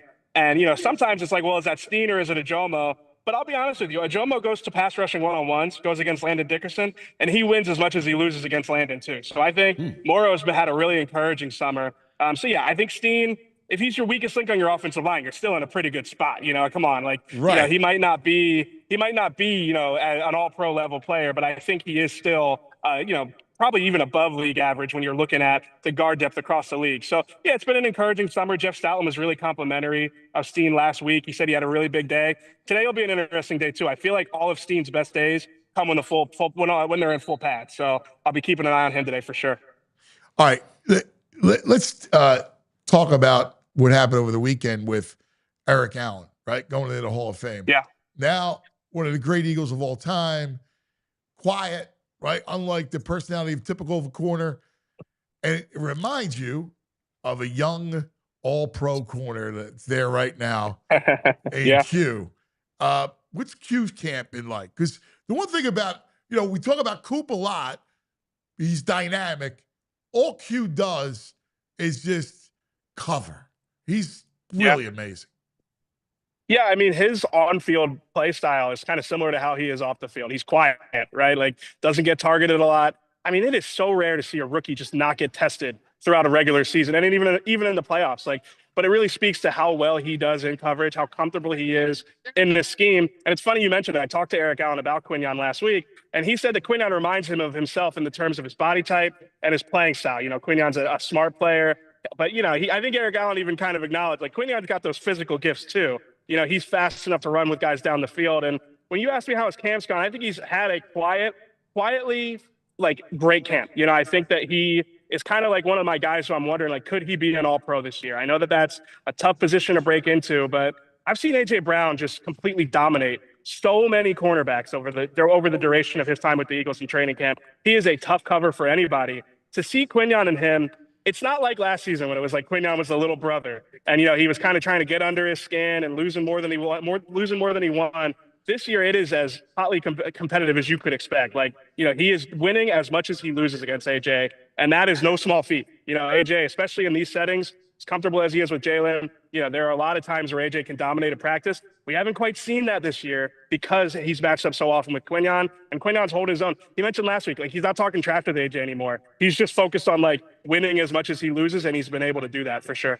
What's interesting about him is the technique. I'm fascinated by that. By his, so you mentioned he's really, really bright, but his hips, his greatest attribute are his hips because the way he turns, he's always in the right position. It's really tough to play. You know how difficult it is, but he defends everything because his hips are so pliable. It's crazy. Yeah, it's funny. In college, I think it was kind of viewed as a negative that he was kind of one-dimensional in what he was asked to do. He played a lot of off coverage, a lot of zone coverage, but you kind of see that he kind of mastered that. You hear these guys talk all the time about the 10,000 kicks. You want to have as many reps at something as you can. He's a perfect fit for what Vic Fangio wants of him. He is that, he can do press man, but in that off zone coverage, you're right. He's so comfortable. He's got the technique down. I think it is also a testament to Christian Parker, the Eagles DB's coach. I see this guy coaching these guys up every single day. He's very creative in the drills he has them do. He's always working with them off to the side. Last season, we saw him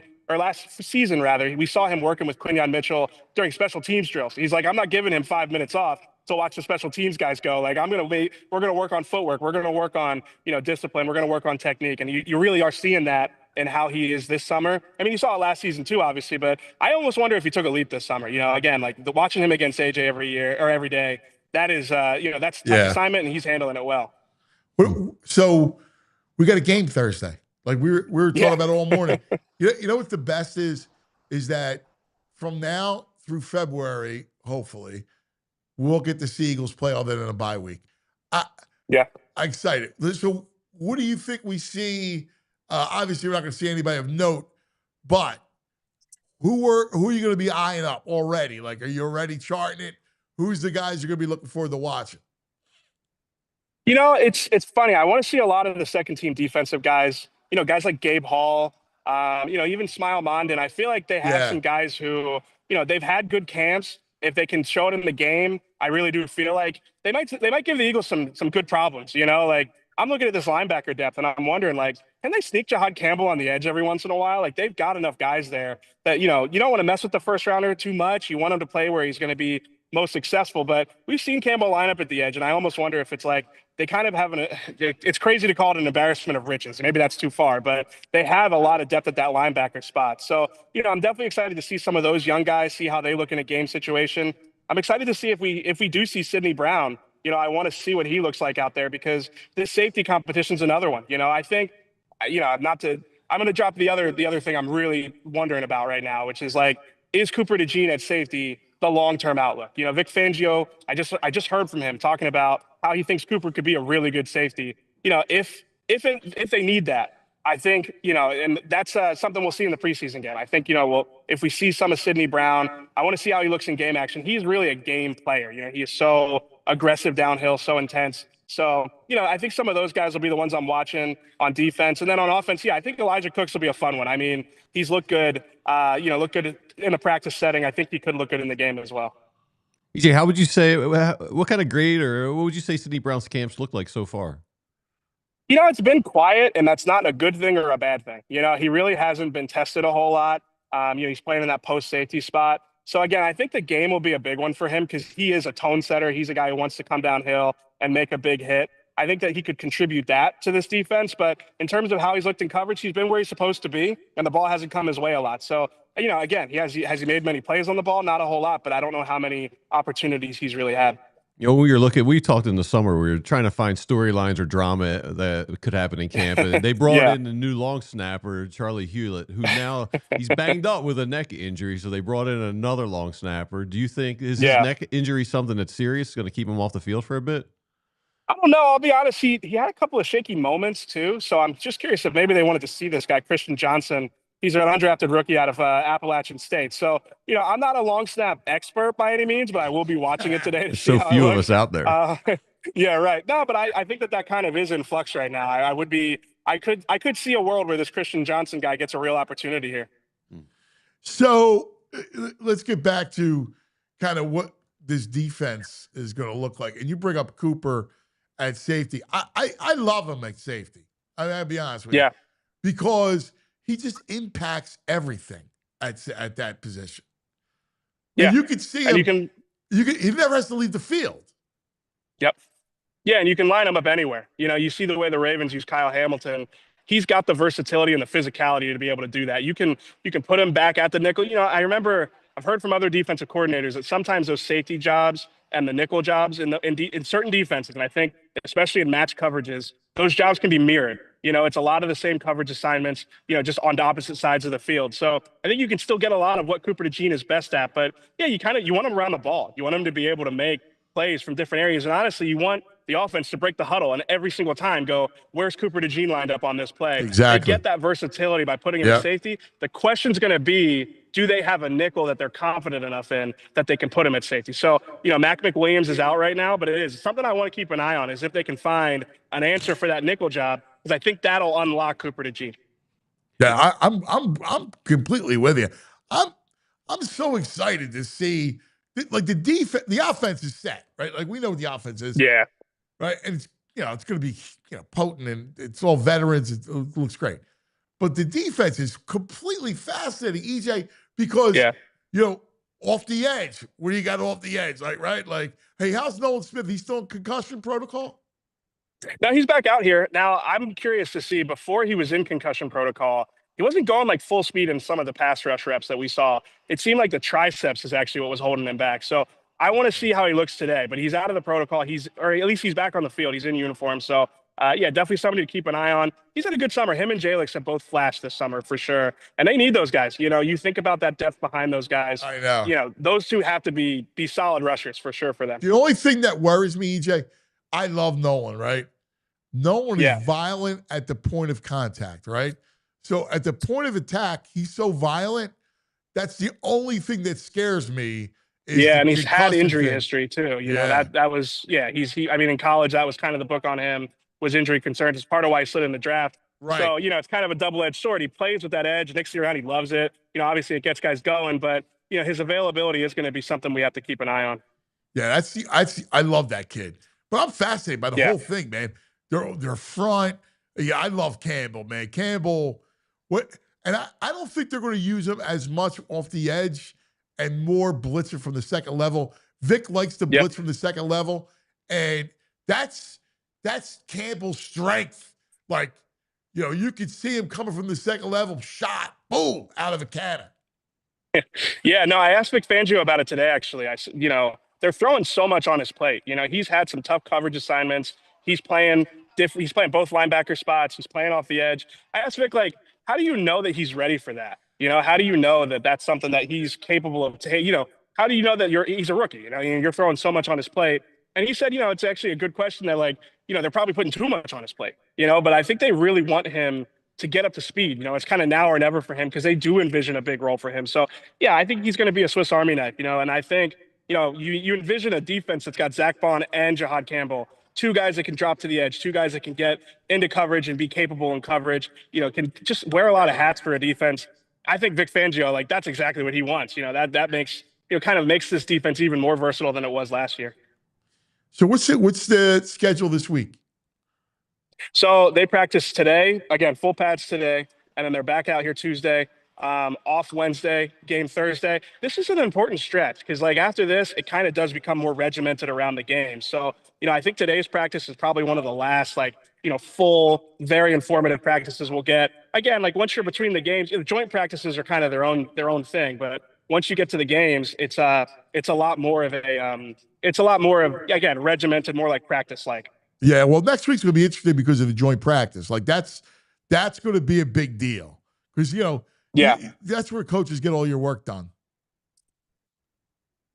Yeah, no, absolutely. And, it's going to be those, especially if they have two, it'll be physical. You'll get to kind of see, again, some of those questions, like Morrow or Jomo, is it Tyler Steen or Morrow? Yeah. You're going to start to really get answers to those questions, which will be good. No, I love the joint practice. I wish that Kelsey was still out here because, I love a training camp fight personally. I'm always a big fan of them. So, I wish Kelsey was still out here to kind of give us one of those every once in a while. I got to tell you, it's fantastic. EJ, you are terrific, man. Terrific. Something tells me we're going to have a lot of fun moving forward. You're going to be very, we're going to do a lot of work together. Absolutely. No, I appreciate you guys having me. They are yelling at me. They're telling me that the cameras are down. They don't want me to give away the state secrets. Go. Tell Bob it's my fault. All right, buddy. Nah, it's all good. Yeah, Thanks, appreciate you guys. brother. Appreciate it, EJ. There he is, EJ Smith from the Inquirer. Does such a great job. Yeah, he's great. He's terrific. Yeah. Got a great look. Yeah, Smile. yeah, he's like a good, happy person. Yes. Happy vibes. That's the kind of guy he is. Yeah. Yeah, he's fantastic. Nice. Really, it's going to be a fun week. Now we're getting to sports with the Phillies back half now because we're going to have it's going to be a pennant race. I think so. We're the division thing. I don't know about you, but I'm looking at Mets schedules. I go, all right, who the Mets got? They just lost Mets, 5 or 6, I think. Yeah, the Mets are home against Cleveland, and then they're on the road at Milwaukee. They have a stretch coming because they got hot where they played a bunch of mediocre teams, but they got a stretch coming. I think they may have the Padres coming up. Yeah, so let me look. I'll look it up right now. So the Mets schedule is this because, look, the division is huge. It's a very big deal. So the Mets, like I told you, you got where were they at? Okay. After the Brewers, they're home against Atlanta, and then home against Seattle. Seattle's tough. Seattle's a good team. Right? Then they're at Washington. They're at Atlanta. Then it's showdown. August 25th, dude. Phillies, Mets, Citi Field. Then they got the Marlins. Then they got to go to Detroit. Like it. All right? Then they go to Cincinnati. Then they come here for 4. All right, September 8th, 9th, 10th, and 11th. Dude. And then they got the Rangers. Texas, right? Then the Padres. And then the Nationals at Chicago. Yeah. And then they wind up at Florida. Look, their schedule's vicious. I think it's the 6th hardest remaining strength of schedule. It's a vicious schedule, which is a big deal for the Phillies to win that division. And the Phils, I'm looking at the Phils got Orioles, Rangers, Reds, Nats. They got Seattle too, the Nats, Mets, Braves. Yeah. It's almost a similar schedule. We don't have the Padres, thank God. No, we do have the Dodgers. Ooh, we got 3 with the Dodgers here in September. Yeah, it's gonna be fun, nice. Man. Good. It could be a good race. Oh, the Phillies couldn't ask for a better finish. Marlins and Twins. Oh, the Twins. They got the Twins for 3 at the end of September. At the end of the season, we play the Twins for 3. That's a big deal. Yeah, it is. That's a huge. All right, let's take care of some business. You know, there are times when you may want to smile like an eagle. Yeah. And if you do, we got someone for you. Duran Dental Group. You know, your smile says a lot. So let us introduce you to the team that helps you say exactly what you want with your smile. Meet the Duran Dental Group. This is the team trusted to care for one of our city's greatest assets, our Philadelphia Eagles. Duran Dental Group's now entering their 5th season as the official dentist of the Philadelphia Eagles, and Dr. D and his team have proudly served Philly and its fans for over 20 years, and they do it all. If you want some robotic implant surgery, some Invisalign, veneers, emergencies, just routine basic fillings, so much more, they do it all. They're locally owned and operated by Dr. D. He's a proud graduate of North Penn High School and Temple University School of Dentistry. His commitment to the health and confidence of our community runs deep, and whether you're an MVP or a lifelong fan, this is the team you want caring for that smile of yours. So check them out, PhiladelphiaEaglesDentist.com, and discover how you can smile like the birds and smile like an eagle. That's the Duran Dental Group, PhiladelphiaEaglesDentist.com. All right, I like it. Smile like an eagle. All right, let's talk about Parks Casino, Street Road, Bend, Salem. Parks Casino. This is how you win. This is how you All right. win. We all love our music on the shows. You know that. Well, you guys do, without a doubt. And we love to find out who's rocking the Excite Center, which is unbelievable. Great venue inside Parks Casino. Concerts, comedy, MMA. They got it all, right? What an entertainment complex between the Excite Center and all the award-winning restaurants, Parks Grill Steakhouse, Bamboo Noodle House. I love that noodle. Pete's. Oh, yeah, I'm a big fan of noodle house. Makes me go for some noodles. I was thinking the same thing. It's a good noodle day today. It is a noodle day. Yeah. Yeah, I'm down with it. Friday was perfect for it. Oh, yeah. All right, here you go. Just announced Friday, December 19th, Aaron Lewis from Stained. It's been a while since I could hold my head up high. It's been a while since I've been on sorry. September 6th, UB40. Red wine. September 20th, Australian Pink Floyd. So you think you can tell heaven from hell? That's his age you're doing. Same. You know, I watched Australian, you know? I was watching Peaky Blinders, right? Yeah. I swear to God, he could play Arthur Shelby. Get a pair of like those glasses from back in the day. He's Arthur Shelby. Little derby. He's the brother. Yeah, the mustache with a hat, the good hat. Yeah, dude. By order of the Peaky Blinders. Saturday, October 4th, Kansas. Carry on my wayward son. There'll be peace when you are done. October 10th, the Psychedelic Furs with Gary Newman. Here in my car, I feel safest of all. I can lock all my doors. It's the only way to live in cars. All right, so that song, right? Yeah. Who writes a song about living in a car? Living He's a struggling musician, man. You know, he's not the first artist to be living in his car. I can lock all my doors. But why would that come ahead? He feels safest of all. He can lock his doors. Why would that become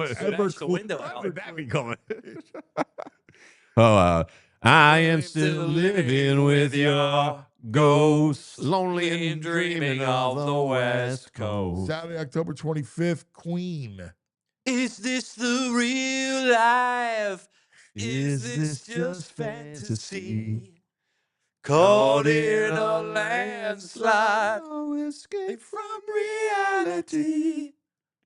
Joey, no Queen for you? You don't know that? It's not in the Queen. September. Skate the Queen? November 15th, Bill Murray and his Blood Brothers. Bill Murray? The Bill Murray. Oh, yeah. Not that. The Bill Murray. Tickets on sale at parkscasino.com. You're going to be 21 Gambling problem, call 1-800-GAMBLER. All right. I love a Murphy Monday. So we also have, I've been in the studio all weekend. This is not the official intro, but I've been tinkering the visual. I just did it while we're doing it. So while we did the show, I'm going to get a better visual, but I think the song works. Oh, yeah? I think so. So Let's try it out. All right, let's try it out. Because David Murphy, we love our good friend, columnist for the Inquirer. It's a Murphy Monday All right. on this show. Going to be Murphy Monday. So the alliteration works. And I love talking to him on a Monday to kind of go over the weekend. Yeah. All right. And it was a Murphy. big weekend. Of course, David was fantastic. I first said, I'm like, this dude can write. I love it. He was covering the Phillies, and I always loved his work. And so we get to talk to him about Duran, the whole thing. Here he is, David Murphy. Murphy, Murphy, it's time for our lad, David Murphy.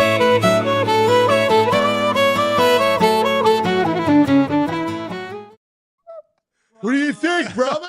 Bravo. What is that song? I created it in the studio. What are you talking about? Is that AI? Was that you? Was that you on the vocals? I can't give away my secrets. What goes on in the lab, you don't have that kind of clearance. What do you think?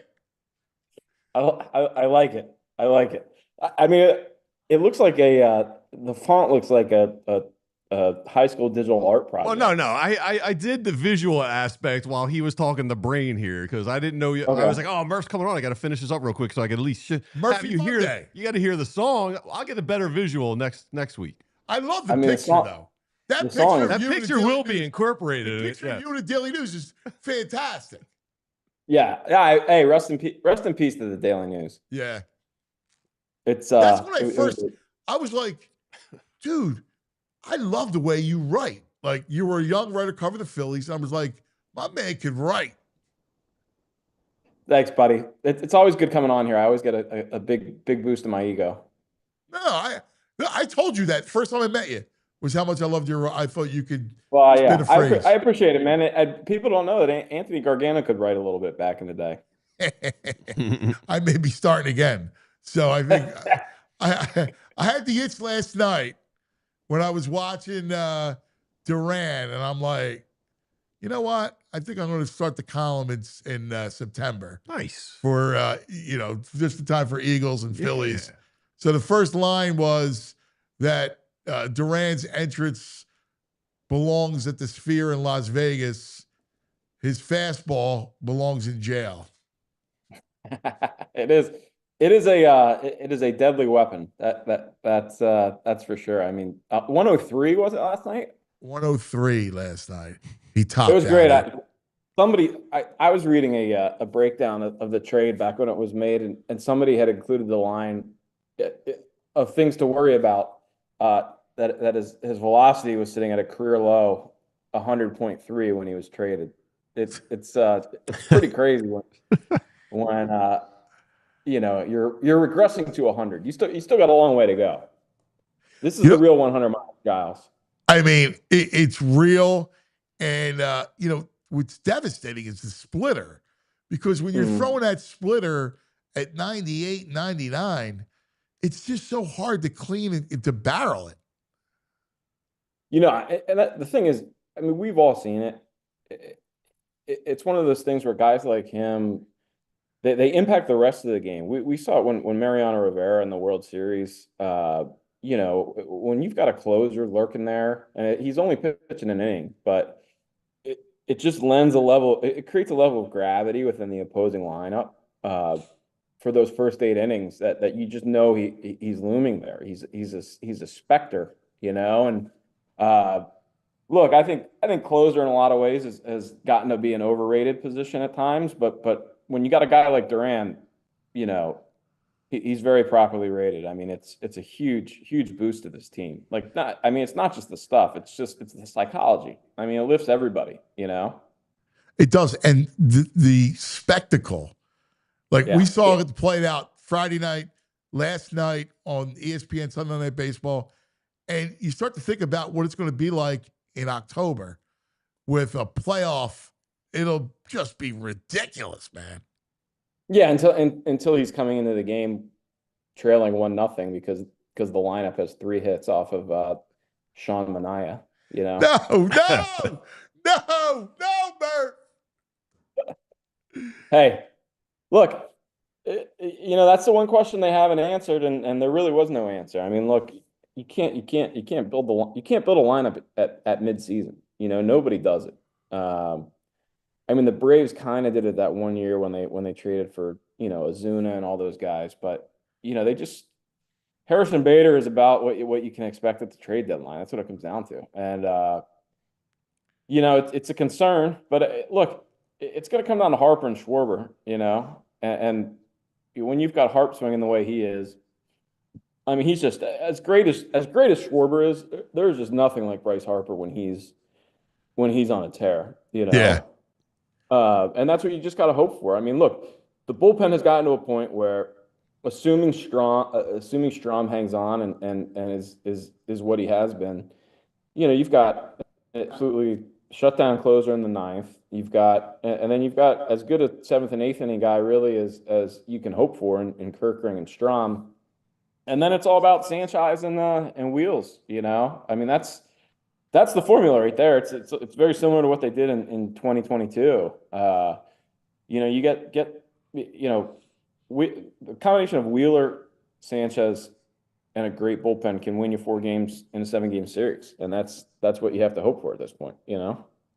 Yeah, I mean, look, it comes down to pitching. It always comes down to pitching, and you see the way it worked last night.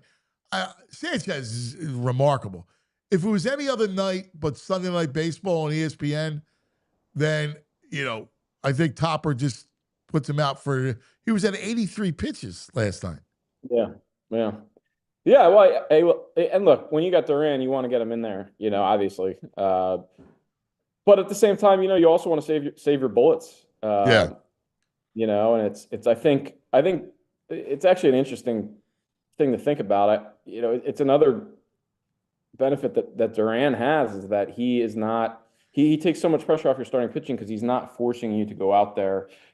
This is not the good example with 83 pitches, but Sanchez's last start where he was probably at what 98, 97, 98 before he went back out for the 9th, and you're looking at, and Wheels has done it, you know, several times this year where you're like, you know, those 9th innings can get away from you in a hurry, and then all of a sudden your guy's throwing 118 pitches and he isn't this, you know, think about Michael Lorenzen. No, that was a no-hitter, but you know, when you have Duran there, it's automatic. Just throw him in there. You know, tell your guy, great job. You know, save some bullets for the postseason. Yeah. I'm with you. I don't know. I'm bullish. I feel pretty good. Yeah, I get it. You know, the lineup is the lineup. But if Castellanos, to me, the key to the whole postseason is going to be Castellanos and JT, right? Like, you got to get something from those guys from the right side because, you know, Schwarber and Bryce are going to give you what they're going to give you. I believe Turner is legit. If you can then get a couple of big moments out of, you know, Castellanos or JT, that's enough. Yeah, I mean, that's like, it's funny because that's really what it comes down to in the postseason. I mean, think about, it's kind of why the trade deadline, you kind of have to be, you have to think long and hard before you give up a lot for a big name guy because, I mean, look, postseason, it's guys like Cody Ross, Mark Vientos, you know, that Giants team that beat them, you know, I don't know if they had a name brand player outside of Buster Posey and Brandon Belt, you know. Renteria, you know, the Renterac, I feel like was you know, it's guys like that, and you use the word moment, like that's really what it comes down to. Is you're just hoping that you get. I mean, these are going to be low-scoring games for the most part, and you're just hoping that you have enough guys that can give you a moment that some of them actually do. And look, we've seen Castellanos do it. We've seen that's the one thing you can say about this lineup. And let's be fair, you know. We talked about this last time, but it's worth reminding everybody. The Phillies are like top 5 in most offensive categories in Major League Baseball, and that, you know, it's baseball's so easy to get sucked into your own team and kind of lose awareness of what's going on around the sport. But Mookie Betts has like a 645 OPS right now. You know, you know, Michael Conforto, who everyone said the Phillies should have signed instead of Max Kepler, has a lower OPS than Max Kepler right now. You know, so it's. I mean, even Teoscar hasn't been really hit. Yeah. No, he's like league average bat 717. So, and he's a guy that I've always held up as like, oh, if he hadn't signed Castellanos, he could have signed, Teoscar. So, look, it's this lineup is good enough right now. It's not, the thing is, it's not as good as you would hope for out of a team that has a $300 million payroll. And I look, all respect to Trea Turner, but we've really lowered our bar for evaluating him. Where, like, yeah, he's a productive member of the lineup, but the guy's making $300 million.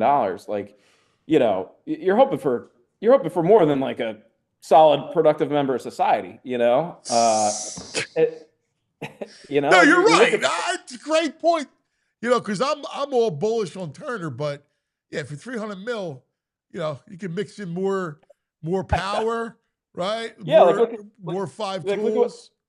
Like he ain't Ohtani, he isn't Freddie Freeman, and he isn't, I would throw Mookie out there, but Mookie's been bunked this Tatis, year. Right. But yeah. So regardless, they have the formula. There wasn't much they were going to do at the deadline to increase their odds, other than grab a closer. I would have loved to see them get another arm, but you can only do so much. I mean, the thing people don't realize about the trade deadline is it really comes down to once you get past those top prospects, Aiden Millers and the Andrew Painters and whatever, it really comes down to which organizations like the other guys in your system, So, like, Alex Call is a guy that I wanted the Phillies to trade for. He's backup center fielder for the Nationals, but like, he's a guy that you're not gonna give up one of your top whatever prospects for.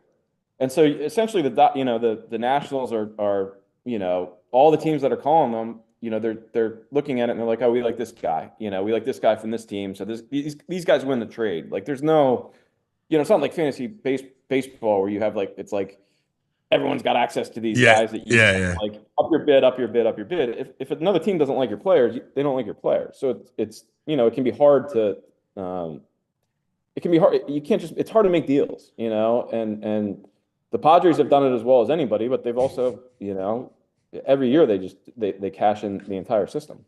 Yeah. Now what's fascinating is the NL is so, I think, evenly matched. There are 6 teams that are these 6 super teams, right? Like, they're really, Phillies and Mets. We could go back and forth with them and stack them up. Braves, Cubs and Brewers, and Dodgers, Padres. Pretty wild how great the top 6 are. Yeah, the fascinating thing is when you look at, we did this at one point.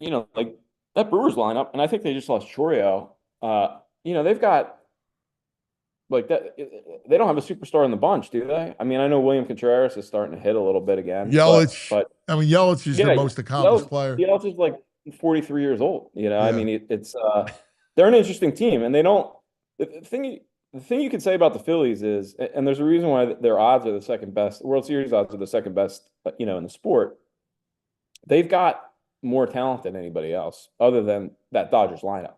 But that Dodgers pitching staff is Ohtani, I know it might have just been a cramp, but, he got hurt the other night. And then Glasnow, the Phillies already beat Glasnow this year. You've got Glasnow as your number 2 starter. That's not Wheels and Sanchez right now. And their bullpen has been completely off the rails. Everybody's hurt, and those who aren't giving them anything. The team actually that worries me is the Padres, because if you go top to bottom, they go 9 deep. Diaz is their catcher. He hits 9th. After the Orioles trade, where they got a lefty and a righty with O'Hearn and Laureano, and then they're going to get Michael King back, which makes they got Cease, right? Darvish. Their rotation's pretty good, and their bullpen's ridiculous. Yeah, I would say outside of the rotation, Padres probably have the most talent right now in terms of talent that's performing. But you got to but those starters don't scare you. Don't get me wrong, Dylan Cease is a good pitcher, but he's the kind of pitcher the Phillies can hit, a right-handed power pitcher, right? Is Cease a righty or is he a lefty? Regardless, he's a righty. Cease is a right-hander. Yeah. So King is the lefty who's that's pretty, right. He's got great stuff. Yeah. King's the kind of guy that would baffle them in the postseason, And honestly, that's why I still think the Mets are probably the team that you got to worry about, because you got, Peterson and Manaea, lurking there. And for whatever reason, they're the exact profile guys that the Phillies just get shut down by. So I'm with you. It's going to be interesting. I think there's going to be 3 great rounds of series in this postseason, because there's really no favorite, and it'll be fascinating to see how all these teams match up against each other. I'm a Padres skeptic just because they're the Padres, and it shouldn't, it just never works when you do what Preller does. But I'm with you. I mean, it's going to be. They're not the team that would scare me. The Cubs would scare me a little bit. They got no pitch in the Cubs. They don't, but they've got. Yeah, you're right. And that's the thing. That's where the Phillies are. That's where the Phillies are head and shoulders above the rest of the sport, because you've got. I mean, you could argue Wheels and Sanchez should be 1-2 in the Cy Young right now. Yeah. Or probably reverse that order. Sanchez and Wheels should probably be 1-2 in the Cy Young right now. And that's that'll carry a long way, and that's even before you get to Suarez is probably as good a number 3 starter as anybody has. Now we'll see what happens with Nola coming back and whatnot. And then you got Luzardo, who knows about that guy, but he's another guy where it'll be just interesting to see how they deploy. He's going to pitch well tonight. You watch. He's going to shut down that Orioles team. He'll have 10 strikeouts tonight. Yeah, and I think what, I'm usually. Everyone's just chomping at the bit to blame Rob Thompson for whatever goes wrong. But I will say this: this is going to be one of those postseasons where he's going to have to do some managing and kind of figure out how to play this. I would love to see Bruce Bochy with kind of all the tools at his disposal. I mean, he's got decisions to make in left field, center fild. He's got lineup decisions to make. He's got rotation. And then he's got to figure out how the best way to use all these. Kind of starting arms that may not be starting games in the actual playoffs. I think Topper, this is going to be a big October for him. Hey, David, you did a nice piece today on Crawford, and I agree with you. His lack of power is a problem in the playoffs. Is a concern coming off the bench. So why don't you lay out for the people listening what you think the ideal plan is for Crawford? Well, yeah, I don't know if it's ideal or not, but to me, it's just the only one. You don't trade for Harrison Bader, and then if you're going to call up Justin Crawford, right? Dombrowski said it the other day. The thing is, their messaging on Crawford has been very confusing. Because they both say he and Topper both say, we think he's ready. He's an exciting player. Blah blah blah, and we wouldn't hesitate to call him up. And it's just call him up then. Why wouldn't you? If all that's true, why wouldn't you call him up? So you kind of have to read them at their actions, right? So if you're preparing to call Justin Crawford up, you don't trade for Harrison Bader because you need to get Crawford at bats, and he's not going to get at bats if Bader needs to get at bats too. And Marsh is swinging halfway decently right now. So personally, I think the only plan that makes sense to me is look, let Crawford finish out the minor league season. He's 21 years old. Like you said, he's got 12 extra base hits on the. It's probably a little more than 12 extra base hits, but it's not much more. That average comes in large part because he's hitting the ball on the ground. He's got a 60% ground ball rate. There's not a single regular in Major League Baseball that has a 60% ground ball rate this year. And a lot of that is, look, you got guys who are playing in AAA because they're not that great at defense, and then you don't have the shifts and you don't have the scouting and stuff like that. So he's getting on base a lot by hitting balls to spots that would either be fielded or would have a guy there at the major league level. So look, Xavier Edwards is a guy from Florida who kind of has had a similar AAA batting line with him. And look, he had a really good stretch run last year for the Marlins. But he's got like a 650 OPS this year. I think you got to let Bader play, and if it gets to a point, if someone gets hurt or it gets to a point where you're just like, look, Brandon Marsh is 0 for his last 90. We need to try something. Then you call him up and see what happens. But there's no rush to it. Like, the worst thing you could do is call him up right now and he stinks for 3 weeks, and then all of a sudden you're like, all right, well, what do we do now? You can't, Right. there's no take backs. You can't send him back down, and then you've also messed up everyone else. All the other guys who aren't getting at bats because he's there. So just let him, get it to September, put him on the 40-man. Keep him as an option for the postseason roster, because to me, you might want to carry a guy like that to plug in on the base paths or as a defensive replacement, or to get up there and bunt for you, or whatever. If you just need someone who, if Chaminade again is blanking you through 7, and you just need someone to like go up there and not swing and miss at a slider, put him in right field for Castellanos or something like that, but until then, there's no rush, see what happens this next month. They're winning games. I don't think Crawford, it's not like he's going to come up here and win games for you, because he just doesn't have the power to do it. So I think you just have to kind of bide your time, and once September comes, then bring him up and see what happens. Yeah, I agree. Totally I agree. mean, listen, they need pop. The one thing about this lineup, Exactly. they need a guy that can drive the ball, that's right-handed, that's not left-handed. So I'm with you. Yeah, he's the exact opposite of what you need. And that's I'm glad you brought that up, because it's something that people were so like, for years it was like all the Phillies do is hit home runs. They need to stop swinging and missing, and they need to hit their wear on base. Well, they're actually really, they're among the best teams in the majors at reaching base, at batting average, at their strikeout rate is fine. Turner said it himself earlier this year that the big difference between the Phillies of this year and the Phillies of years past is they're just not hitting the ball at the ballpark like they used to. And I'm with you. The Phillies approach was bad against the Mets last year, but the Mets won that series because they hit 7 home runs. I mean, Francisco Lindor hits a grand slam. Mark Vientos hits, is just peppering the outfield wall with doubles and home runs. Like, that's why they won. It's baseball, especially in the postseason, when all the pitchers are better, you're going to get fewer mistakes, and it's the teams that can capitalize on those mistakes and punish them that are going to win. You can't hope to string together 4 singles to small ball a run and win a series like that. Yes. Yeah, I'm spot on with you. All right. This is it. This begins a stretch of an Eagles game every week until through February, except for the bye. We want you charting fourth quarter.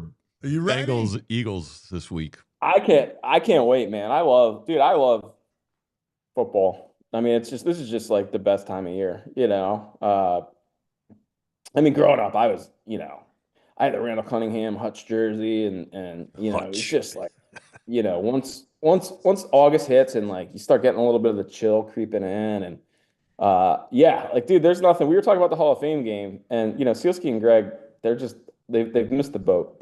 They're dead inside. I mean, the first time you see football helmets under fluorescent lights, after 7 months without it, is just, there's nothing like it. And the Eagles' first preseason game, again, football sucks, and you turn it off by the end of the third quarter usually. But it's there's just something about seeing these guys in pads, with the music and the announcers, and just gets you. It carries you through August. Does it? Yes, it does. He's right. Murphy I mean, Mondays. That's why I love Murphy Mondays. I'll say this: it's a lot. It's different when the Phillies are good, right? Yes. Because you at least have the Phillies now to occupy your time in August. But from 2014 to 2021, Eagles preseason football was about as good as it gets this time of year.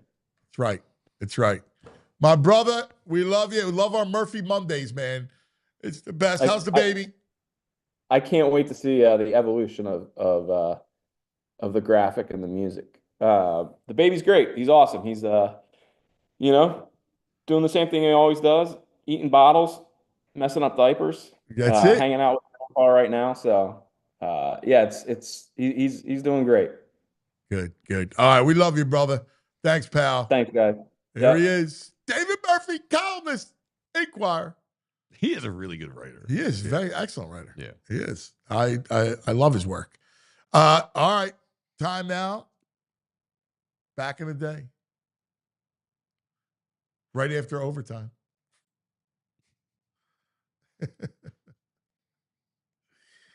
OT. What do we got, man? Going back 20 years and 1 day ago. 20 years and 1 day ago. So we're going back to 05. August 3rd. What happened August 3rd, 2005? Against the Cubs. We're going back. We're going back. We're going back in the day with True Mark. Oh, yeah. Phillies had an unusual walk-off. Something you don't see too often. Game. This may be a new one. Cubs-Phillies tied up at 3 into the ninth. Mike Remlinger, intentional walk to Chase Utley in a 3-all game, and another to Bobby Abreu, gets the four-finger treatment. Dusty Baker wants his righty, Michael Wirtz. Here he comes. Pat Burrow up, 2-2 count. How far away from the plate, Here bro? comes the heat. Yes. It's a little low. Wow, how's that not a Dusty strike? Baker might disagree. So it's 3-2 to Pat the bat. But the bat missed the ball. Catching Michael Barrett. What do? Well, you run Jimmy Rollins back, except he threw to third. What happened, Harold Reynolds? You got the bases loaded, so therefore the hitter with the swing and miss, he cannot advance because the base in front of him is occupied. There was only one out. Now, the catcher, all he has to do in this situation as Jimmy Rollins is coming down the baseline is make a decision. Do I run at him and run him all the way back to his base? Or do I get him in a rundown and maybe get him at the plate? Because the runner has to advance on his own risk. They just messed up a fundamental play. Harold Reynolds, man. I like him. I love They him. have great talent at MLB. Yeah, they really do. Yeah, that's a great one, man. That's a bizarre It's a play. bizarre walk-off. Right? That's completely All you had to do was wow. run him back. I know. Total panic. Yeah. Mm-hmm. That's what the little leaguers will do. That's Right. what the Yeah. The Warriors. Warriors. That's what they'll do. The Warriors. And Coach Jim, no, run it back. What are you doing? Throwing it. Why are you throwing it? Run it back. What a week. Fun. Now we're getting sports back. Sports Makes me back. happy. Tonight, I can't wait to go down. The weather's going to be perfect to watch a ball game. Yeah, beautiful day. Yeah. Beautiful day. Let's get some soup. I love Let's the get some Phils. noodles. I love the Phils today. You love the Phils -3. I think they I plus think it's- Luzardo I think over Luzardo 6.5. dominates. I think they beat up the O's. I hope so. Rack some W's. Mm. All right. It's going to be a lot of fun. Be a busy week. All right. I'm excited, man. Can't wait. Yeah. Fun week. Football. Birthday weekend, too, for me. Oh, yeah? When's your birthday? This Saturday. Saturday. Yeah. Wow. It's a fun week for me. Look at that. Yeah. Yeah. Sweet. Nice. Fun week for me. All right. Great job, Andrew.